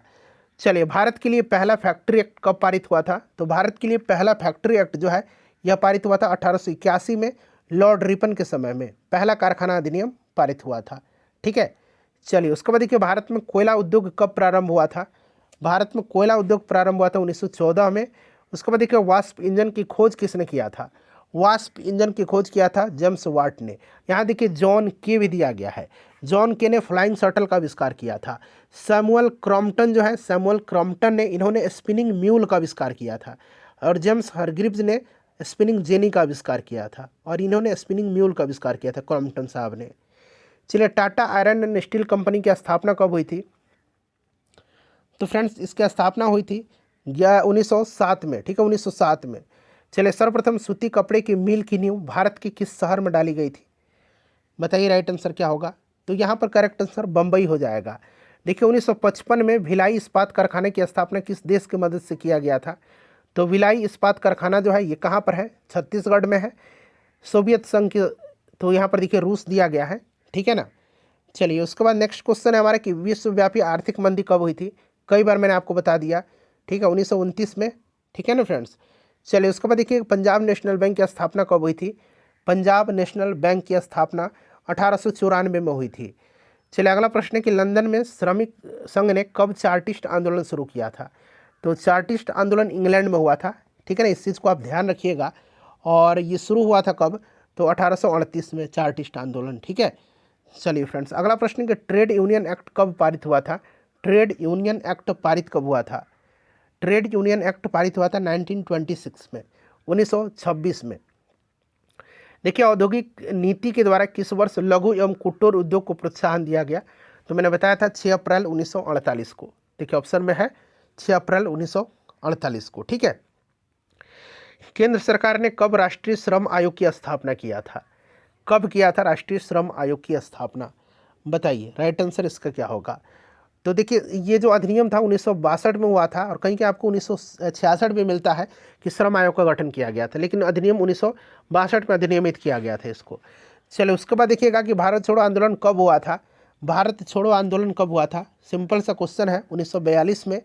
उसके बाद देखिए कोरावा, कराचा और यरुकुला जैसे घुमंतू समुदाय का संबंध निम्नलिखित में से किससे है, बताइए राइट आंसर इसका क्या होगा। तो फ्रेंड्स ये मद्रास प्रेसिडेंसी से संबंधित है। चलिए उसके बाद देखिए निम्नलिखित में से किसे ब्रेटन वुड ट्विन के नाम से जाना जाता है, ब्रेटन वुड ट्विन के नाम से जाना जाता है। तो फ्रेंड्स देखिए ब्रेटन वुड जो सम्मेलन हुआ था ना, इसके बारे में जान लीजिएगा। देखिए न्यू हैम्पशायर में हुआ था ब्रेटन वुड्स 1944 में, और ब्रेटन वुड ट्विन के नाम से जाना जाता है किसको, तो इंटरनेशनल मॉनेटरी फंड और वर्ल्ड बैंक को जाना जाता है। ठीक है, चलिए उसके बाद नेक्स्ट क्वेश्चन कर लेंगे कि रिंडरपेस्ट नामक बीमारी का संबंध निम्नलिखित में से किससे है? तो मवेशियों से है। देखिए, विश्व बैंक और IMF ने कब से औपचारिक रूप से कार्य करना शुरू किया? तो इन्होंने 1947 से औपचारिक रूप से कार्य करना प्रारंभ किया। चलिए देखिए, अर्थशास्त्रियों ने अंतर्राष्ट्रीय आर्थिक विनिमय में 3 तरह के प्रभावों का उल्लेख किया है, इसमें सम्मिलित कौन सा है? तो व्यापार, श्रम और पूंजी, यही 3 है। उपरोक्त सभी राइट आंसर होगा इसका। देखिए, कॉर्न लॉ के द्वारा सरकार ने निम्न में से किससे आयात पर प्रतिबंध लगा दिया? बताइए, किसके आयात पर प्रतिबंध लगा दिया कॉर्न लॉ के द्वारा? तो ये लगा दिया था मक्का के। ठीक है ना, कॉर्न लॉ। देखिए, तमिल अप्रवासी निम्न में से किस स्थान पर जाकर के कार्य करते थे? तमिल अप्रवासी, तो ये आपके जाते थे सिलोन में भी और मालवा में भी। तो एक और दो दोनों राइट आंसर हो जाएगा इसका। चलिए उसके बाद देखिएगा कि बम्बई में पहला कपड़ा सूती मिल कब स्थापित हुआ था? बताइए राइट आंसर इसका क्या होगा फ्रेंड्स? तो 1854 में हुआ था ना। हाँ, 1854 में कावस जी नाना भाई डाबर ने किया था। बॉम्बे स्पिनिंग एंड जो वीविंग कंपनी थी, इसी की स्थापना। चलिए उसके बाद आगे बढ़ेंगे। नेक्स्ट क्वेश्चन है कि 1811-12 में सूती माल का हिस्सा कुल निर्यात में कितना प्रतिशत था? तो इस तरह का प्रश्न नहीं पूछा जाएगा, ठीक है ना, तो फिर भी आप एक झलक देख सकते हैं। चलिए उसके बाद देखिए, देश में पहला जूट मिल जो है कब और कहाँ स्थापित हुआ था? तो फ्रेंड्स ये हुआ था कहाँ पर? तो कलकत्ता में हुआ था। देश में पहला जूट मिल कब और कहाँ स्थापित हुआ था? ठीक है, चलिए 1917 में। चलिए उसके बाद देखिएगा कि मछलीपट्टनम निम्नलिखित में से किस तट पर अवस्थित है? तो मछलीपट्टनम जो है ना, ये आपका किस तट पर अवस्थित है फ्रेंड्स? कोरोमंडल। ठीक है ना। चलिए उसके बाद नेक्स्ट क्वेश्चन है हमारा, अगला प्रश्न देखेंगे कि निम्नलिखित में से कौन से सौदागर पंजाब से अफगानिस्तान, पूर्वी फारस और मध्य एशिया के रास्ते भारत से अनेक वस्तुएं लेकर के जाते थे? बताइए राइट आंसर इसका क्या होगा? तो फ्रेंड्स इसका करेक्ट आंसर जो होगा वो आपका हो जाएगा कौन सा इसमें से? आर्मेनियन। ठीक है ना। चलिए, निम्नलिखित में से कौन सा बंदरगाह भारत की पूर्वी तट पर अवस्थित नहीं है? तो हुगली, कोलकाता और विशाखापट्टनम पूर्वी तट पर है, सूरत नहीं है। चलिए उसके बाद देखिएगा कि उत्तरी भारत में एल्गिन मिल 1860 के दशक में कहाँ पर स्थापित हुई थी? तो एल्गिन मिल लखनऊ में हुई थी। उसके बाद देखिएगा कलकत्ता ने वर्ष 1917 में देश की पहली जूट मिल निम्न में से किसने स्थापित किया था कलकत्ता में? तो सेठ हुकुमचंद ने किया था। सेठ हुकुमचंद ने किया था, ठीक है ना, सेठ हुकुमचंद ने किया था। चलिए उसके बाद देखिएगा कि 1874 में निम्नलिखित में से कहाँ पहली कताई और बुनाई मिल की स्थापना हुई थी? तो फ्रेंड्स ये मद्रास में। उसके बाद देखिएगा कि निम्न में से किस बंदरगाह के माध्यम से भारत खाड़ी एवं लाल सागर के बंदरगाहों से जुड़ा हुआ था? तो फ्रेंड्स ये सूरत से। ठीक है। चलिए उसके बाद देखिएगा शहरीकरण एवं शहरी जीवन, अब ये वाला चैप्टर आ गया। ठीक है ना। देखिए, सामंती व्यवस्था से हट करके किस प्रकार की शहरी व्यवस्था की प्रवृत्ति बढ़ी? तो ये प्रगतिशील प्रवृत्ति। ठीक है। चलिए उसके बाद देखिएगा कि शहर को आधुनिक व्यक्ति का किस प्रकार का क्षेत्र माना जाता है? तो आधुनिक व्यक्ति का यह प्रभाव क्षेत्र माना जाता है इसको। देखिए, एशिया में शहरीकरण का स्तर लगभग कितना है? इस तरह का प्रश्न इंपॉर्टेंट नहीं है, ठीक है ना, फिर भी मैं है इसमें तो करा दे रहा हूँ। देखिए, एक प्रतियोगी एवं उद्यमी प्रवृत्ति से प्रेरित होकर के किस प्रकार की अर्थव्यवस्था लागू की गई? तो यह अर्थव्यवस्था मुद्रा प्रधान अर्थव्यवस्था कहलाई। ठीक है। चलिए देखिए, आधुनिक काल में औद्योगिकीकरण ने किसके स्वरूप को गहन रूप से प्रभावित किया था? तो ये प्रभावित किया था शहरीकरण को। जनसंख्या का घनत्व तो सबसे अधिक कहाँ पर होता है? तो महानगर में होता है ना। 1810 से 1880 के दशक तक लंदन की आबादी 10 लाख से बढ़कर के कहाँ तक पहुँची? तो फ्रेंड्स ये 40 लाख पहुँची। देखिए, लंदन में अनिवार्य शिक्षा कब लागू किया गया? लंदन में अनिवार्य शिक्षा को 1870 यहाँ पर। ठीक है ना।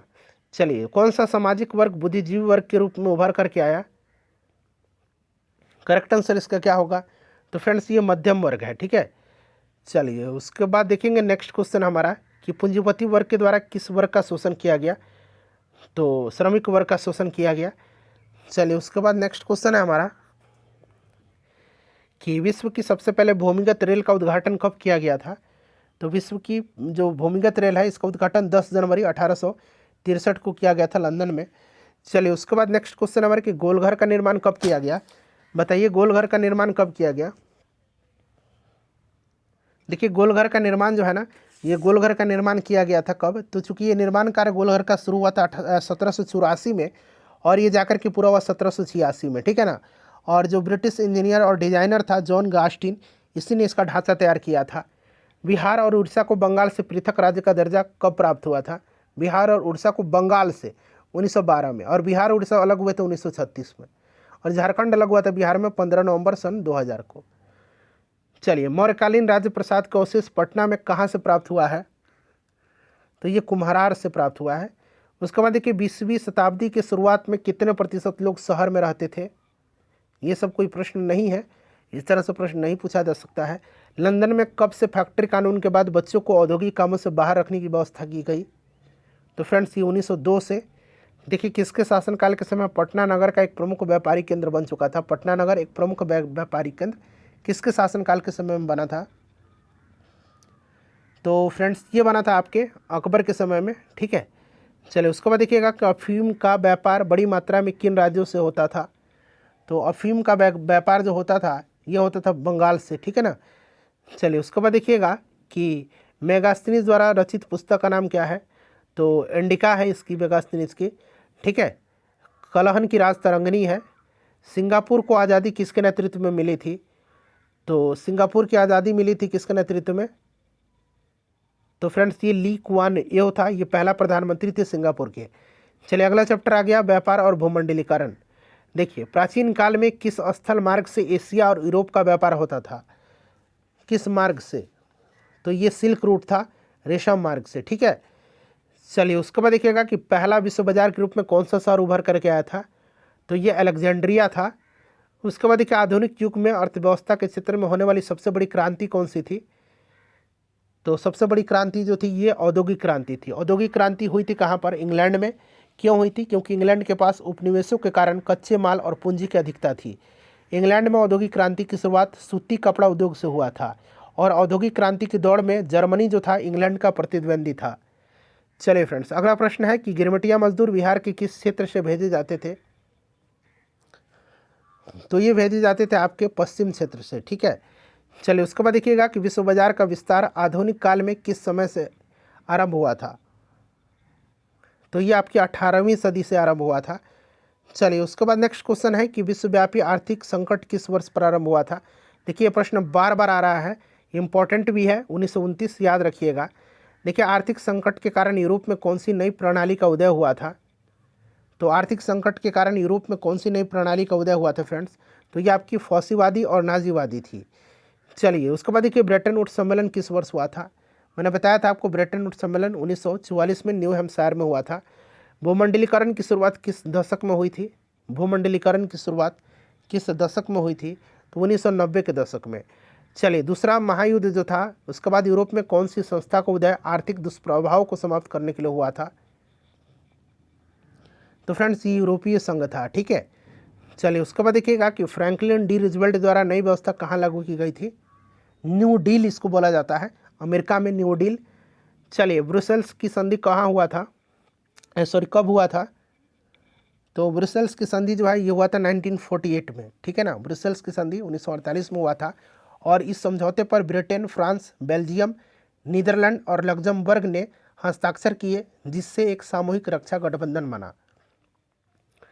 देखिए अंतर्राष्ट्रीय मुद्रा कोष की स्थापना कब हुई थी, तो मैंने आपको बताया था कि अंतर्राष्ट्रीय मुद्रा कोष की स्थापना 1944 में हुई थी, ठीक है, ब्रेटन वुड्स में। औद्योगिक क्रांति कहाँ घटित हुई थी, तो औद्योगिक क्रांति की शुरुआत इंग्लैंड में हुई थी, ठीक है।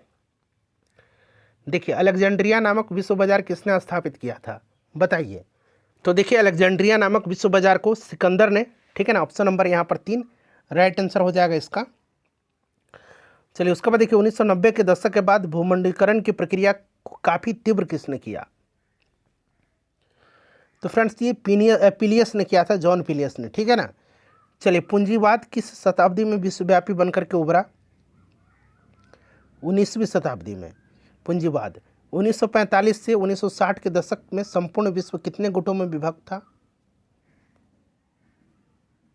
तो फ्रेंड्स ये टोटल 2 गुट में था। चलिए, यूरोपीय देश ने किस वर्ष ओटावा समझौते पर हस्ताक्षर करके अपने आयात निर्यात को संतुलित किया था? तो ये क्या था 1932 में। ठीक है, चलिए उसके बाद अगला प्रश्न करेंगे कि भारत में कौन सा उद्योग प्राचीन काल से व्यापार और वाणिज्य का आधार रहा था? तो ये कपड़ा उद्योग था। चलिए उसके बाद 8वां अध्याय है प्रेस संस्कृति और राष्ट्रवाद। महात्मा गांधी ने किस पत्र का संपादन किया था? बताइए। कॉमनवेल्थ एनी बेसेंट की है, यंग इंडिया महात्मा गांधी की है। देखिए, किस पत्र ने रातों रात वर्नाक्यूलर प्रेस एक्ट से बचने के लिए अपनी भाषा बदल दिया था? वही वर्नाक्यूलर प्रेस एक्ट है जिसको लॉर्ड लिटन ने लागू किया था 1878 में, और लॉर्ड रिपन ने इसको निरस्त किया था। तो ये अमृत बाजार पत्रिका थी। यहाँ पर जूम करता हूँ, देखिएगा, अमृत बाजार पत्रिका राइट आंसर होगा इसका। ठीक है ना। देखिए, 13वीं सदी में किसने ब्लॉक प्रिंटिंग के नमूने यूरोप में पहुंचाए? तो ये किसने पहुंचाया था? मार्को पोलो ने। ठीक है। देखिए, गुटेनबर्ग का जन्म किस देश में हुआ था? गुटेनबर्ग का जन्म, तो गुटेनबर्ग का जन्म जर्मनी में हुआ था। और गुटेनबर्ग ने सर्वप्रथम किस पुस्तक की छपाई किया था? गुटेनबर्ग ने, तो गुटेनबर्ग ने सबसे पहले छपाई किया था किस पुस्तक का? तो बाइबल का। ठीक है। चलिए उसके बाद देखिए, इंग्लैंड में मुद्रण कला को पहुंचाने वाला कौन था? इंग्लैंड में मुद्रण कला को पहुंचाने वाला कैक्सटन था। किसने कहा था कि मुद्रण ईश्वर की दी हुई महानतम देन है, सबसे बड़ा तोहफा है? किसने कहा था? तो फ्रेंड्स ये मार्टिन लूथर ने कहा था। चलिए उसके बाद देखिएगा कि रूसो कहाँ का दार्शनिक था? रूसो कहाँ का दार्शनिक था? तो रूसो जो था ये फ्रांस का दार्शनिक था। और रूसो की रचना सोशल कॉन्ट्रैक्ट, याद रखिएगा, सामाजिक अनुबंध हिंदी में बोलते हैं, सोशल कॉन्ट्रैक्ट। विश्व में सर्वप्रथम मुद्रण की शुरुआत कहाँ हुई थी? सर्वप्रथम विश्व में मुद्रण की शुरुआत तो ये चाइना में हुआ था। उसके बाद देखिए, किस देश की सिविल सेवा परीक्षा ने मुद्रित पुस्तकों की मांग बढ़ाई थी? तो ये फ्रेंड्स चीन की। ठीक है ना। चलिए उसके बाद देखिएगा, अगला प्रश्न है हमारा कि प्रथम पेपर मिल की स्थापना कहाँ हुई थी? तो फ्रेंड्स ये प्रथम पेपर मिल की स्थापना जो है कहाँ पर हुई थी? इसका आंसर आप कमेंट बताइएगा। प्रथम पेपर मिल की स्थापना। चलिए, भारत में समाचार पत्र का उदय किस सदी की महत्वपूर्ण विशेषता है? बताइए। तो राइट आंसर 19वीं सदी हो जाएगा। अगला प्रश्न है कि बंगाल गजट समाचार पत्र कब प्रकाशित हुआ था? बंगाल गजट पहला समाचार पत्र है यह 1780 में। ठीक है ना, जेम्स अगस्टस हिक्की ने। और 1784 में एशियाटिक सोसाइटी की स्थापना हुई थी बंगाल में। ठीक है ना, विलियम जोन्स ने किया था। सोम प्रकाश पत्रिका का बांग्ला में प्रकाशन किसने किया था? सोम प्रकाश, तो ये ईश्वरचंद्र विद्यासागर थे। उसके बाद देखिएगा, इंडियन मिरर का संपादन लंदन में किसने किया था? देखिए, इंडियन मिरर का संपादन जो है 1861 में हुआ था, मदन मोहन घोष और देवेंद्रनाथ टैगोर ने किया था। तो इनमें से कोई नहीं राइट आंसर होगा इसका। उसके बाद देखिए, वर्नाक्यूलर प्रेस एक्ट कब लाया गया था? तो लॉर्ड रिपन के समय में, लॉर्ड लिटन के समय में। ठीक है ना, 1878 में। और रिपन ने इसको निरस्त किया था, याद रखिएगा। हो सकता है अगर मैं उल्टा बोला हूँगा तो यहाँ पर सुधार दीजिएगा कहीं अगर मैंने बोला होगा, क्योंकि वर्नाक्यूलर प्रेस एक्ट कई बार आया है। तो लॉर्ड लिटन के समय में। ठीक है ना, और रिपन ने इसको निरस्त कर दिया था। भारतीय समाचार पत्र का मुक्तिदाता किसे कहा जाता है? काफ़ी इंपॉर्टेंट क्वेश्चन है, चार्ल्स मेटकाफ को कहा जाता है। अगला प्रश्न है कि एम एन रॉय द्वारा अंग्रेजी साप्ताहिक पत्र का नाम क्या था? तो इसका नाम था इंडिपेंडेंट। ठीक है। चलिए उसके बाद देखिएगा कि हिंदू समाचार साप्ताहिक रूप से दैनिक रूप में परिवर्तन हुई कहाँ पर? तो फ्रेंड्स ये आपका तमिलनाडु में। ठीक है ना। चलिए उसके बाद देखिएगा कि बंगाल में संवाद कौमुदी कब प्रकाशित हुआ? संवाद कौमुदी राजा राम मोहन राय की है।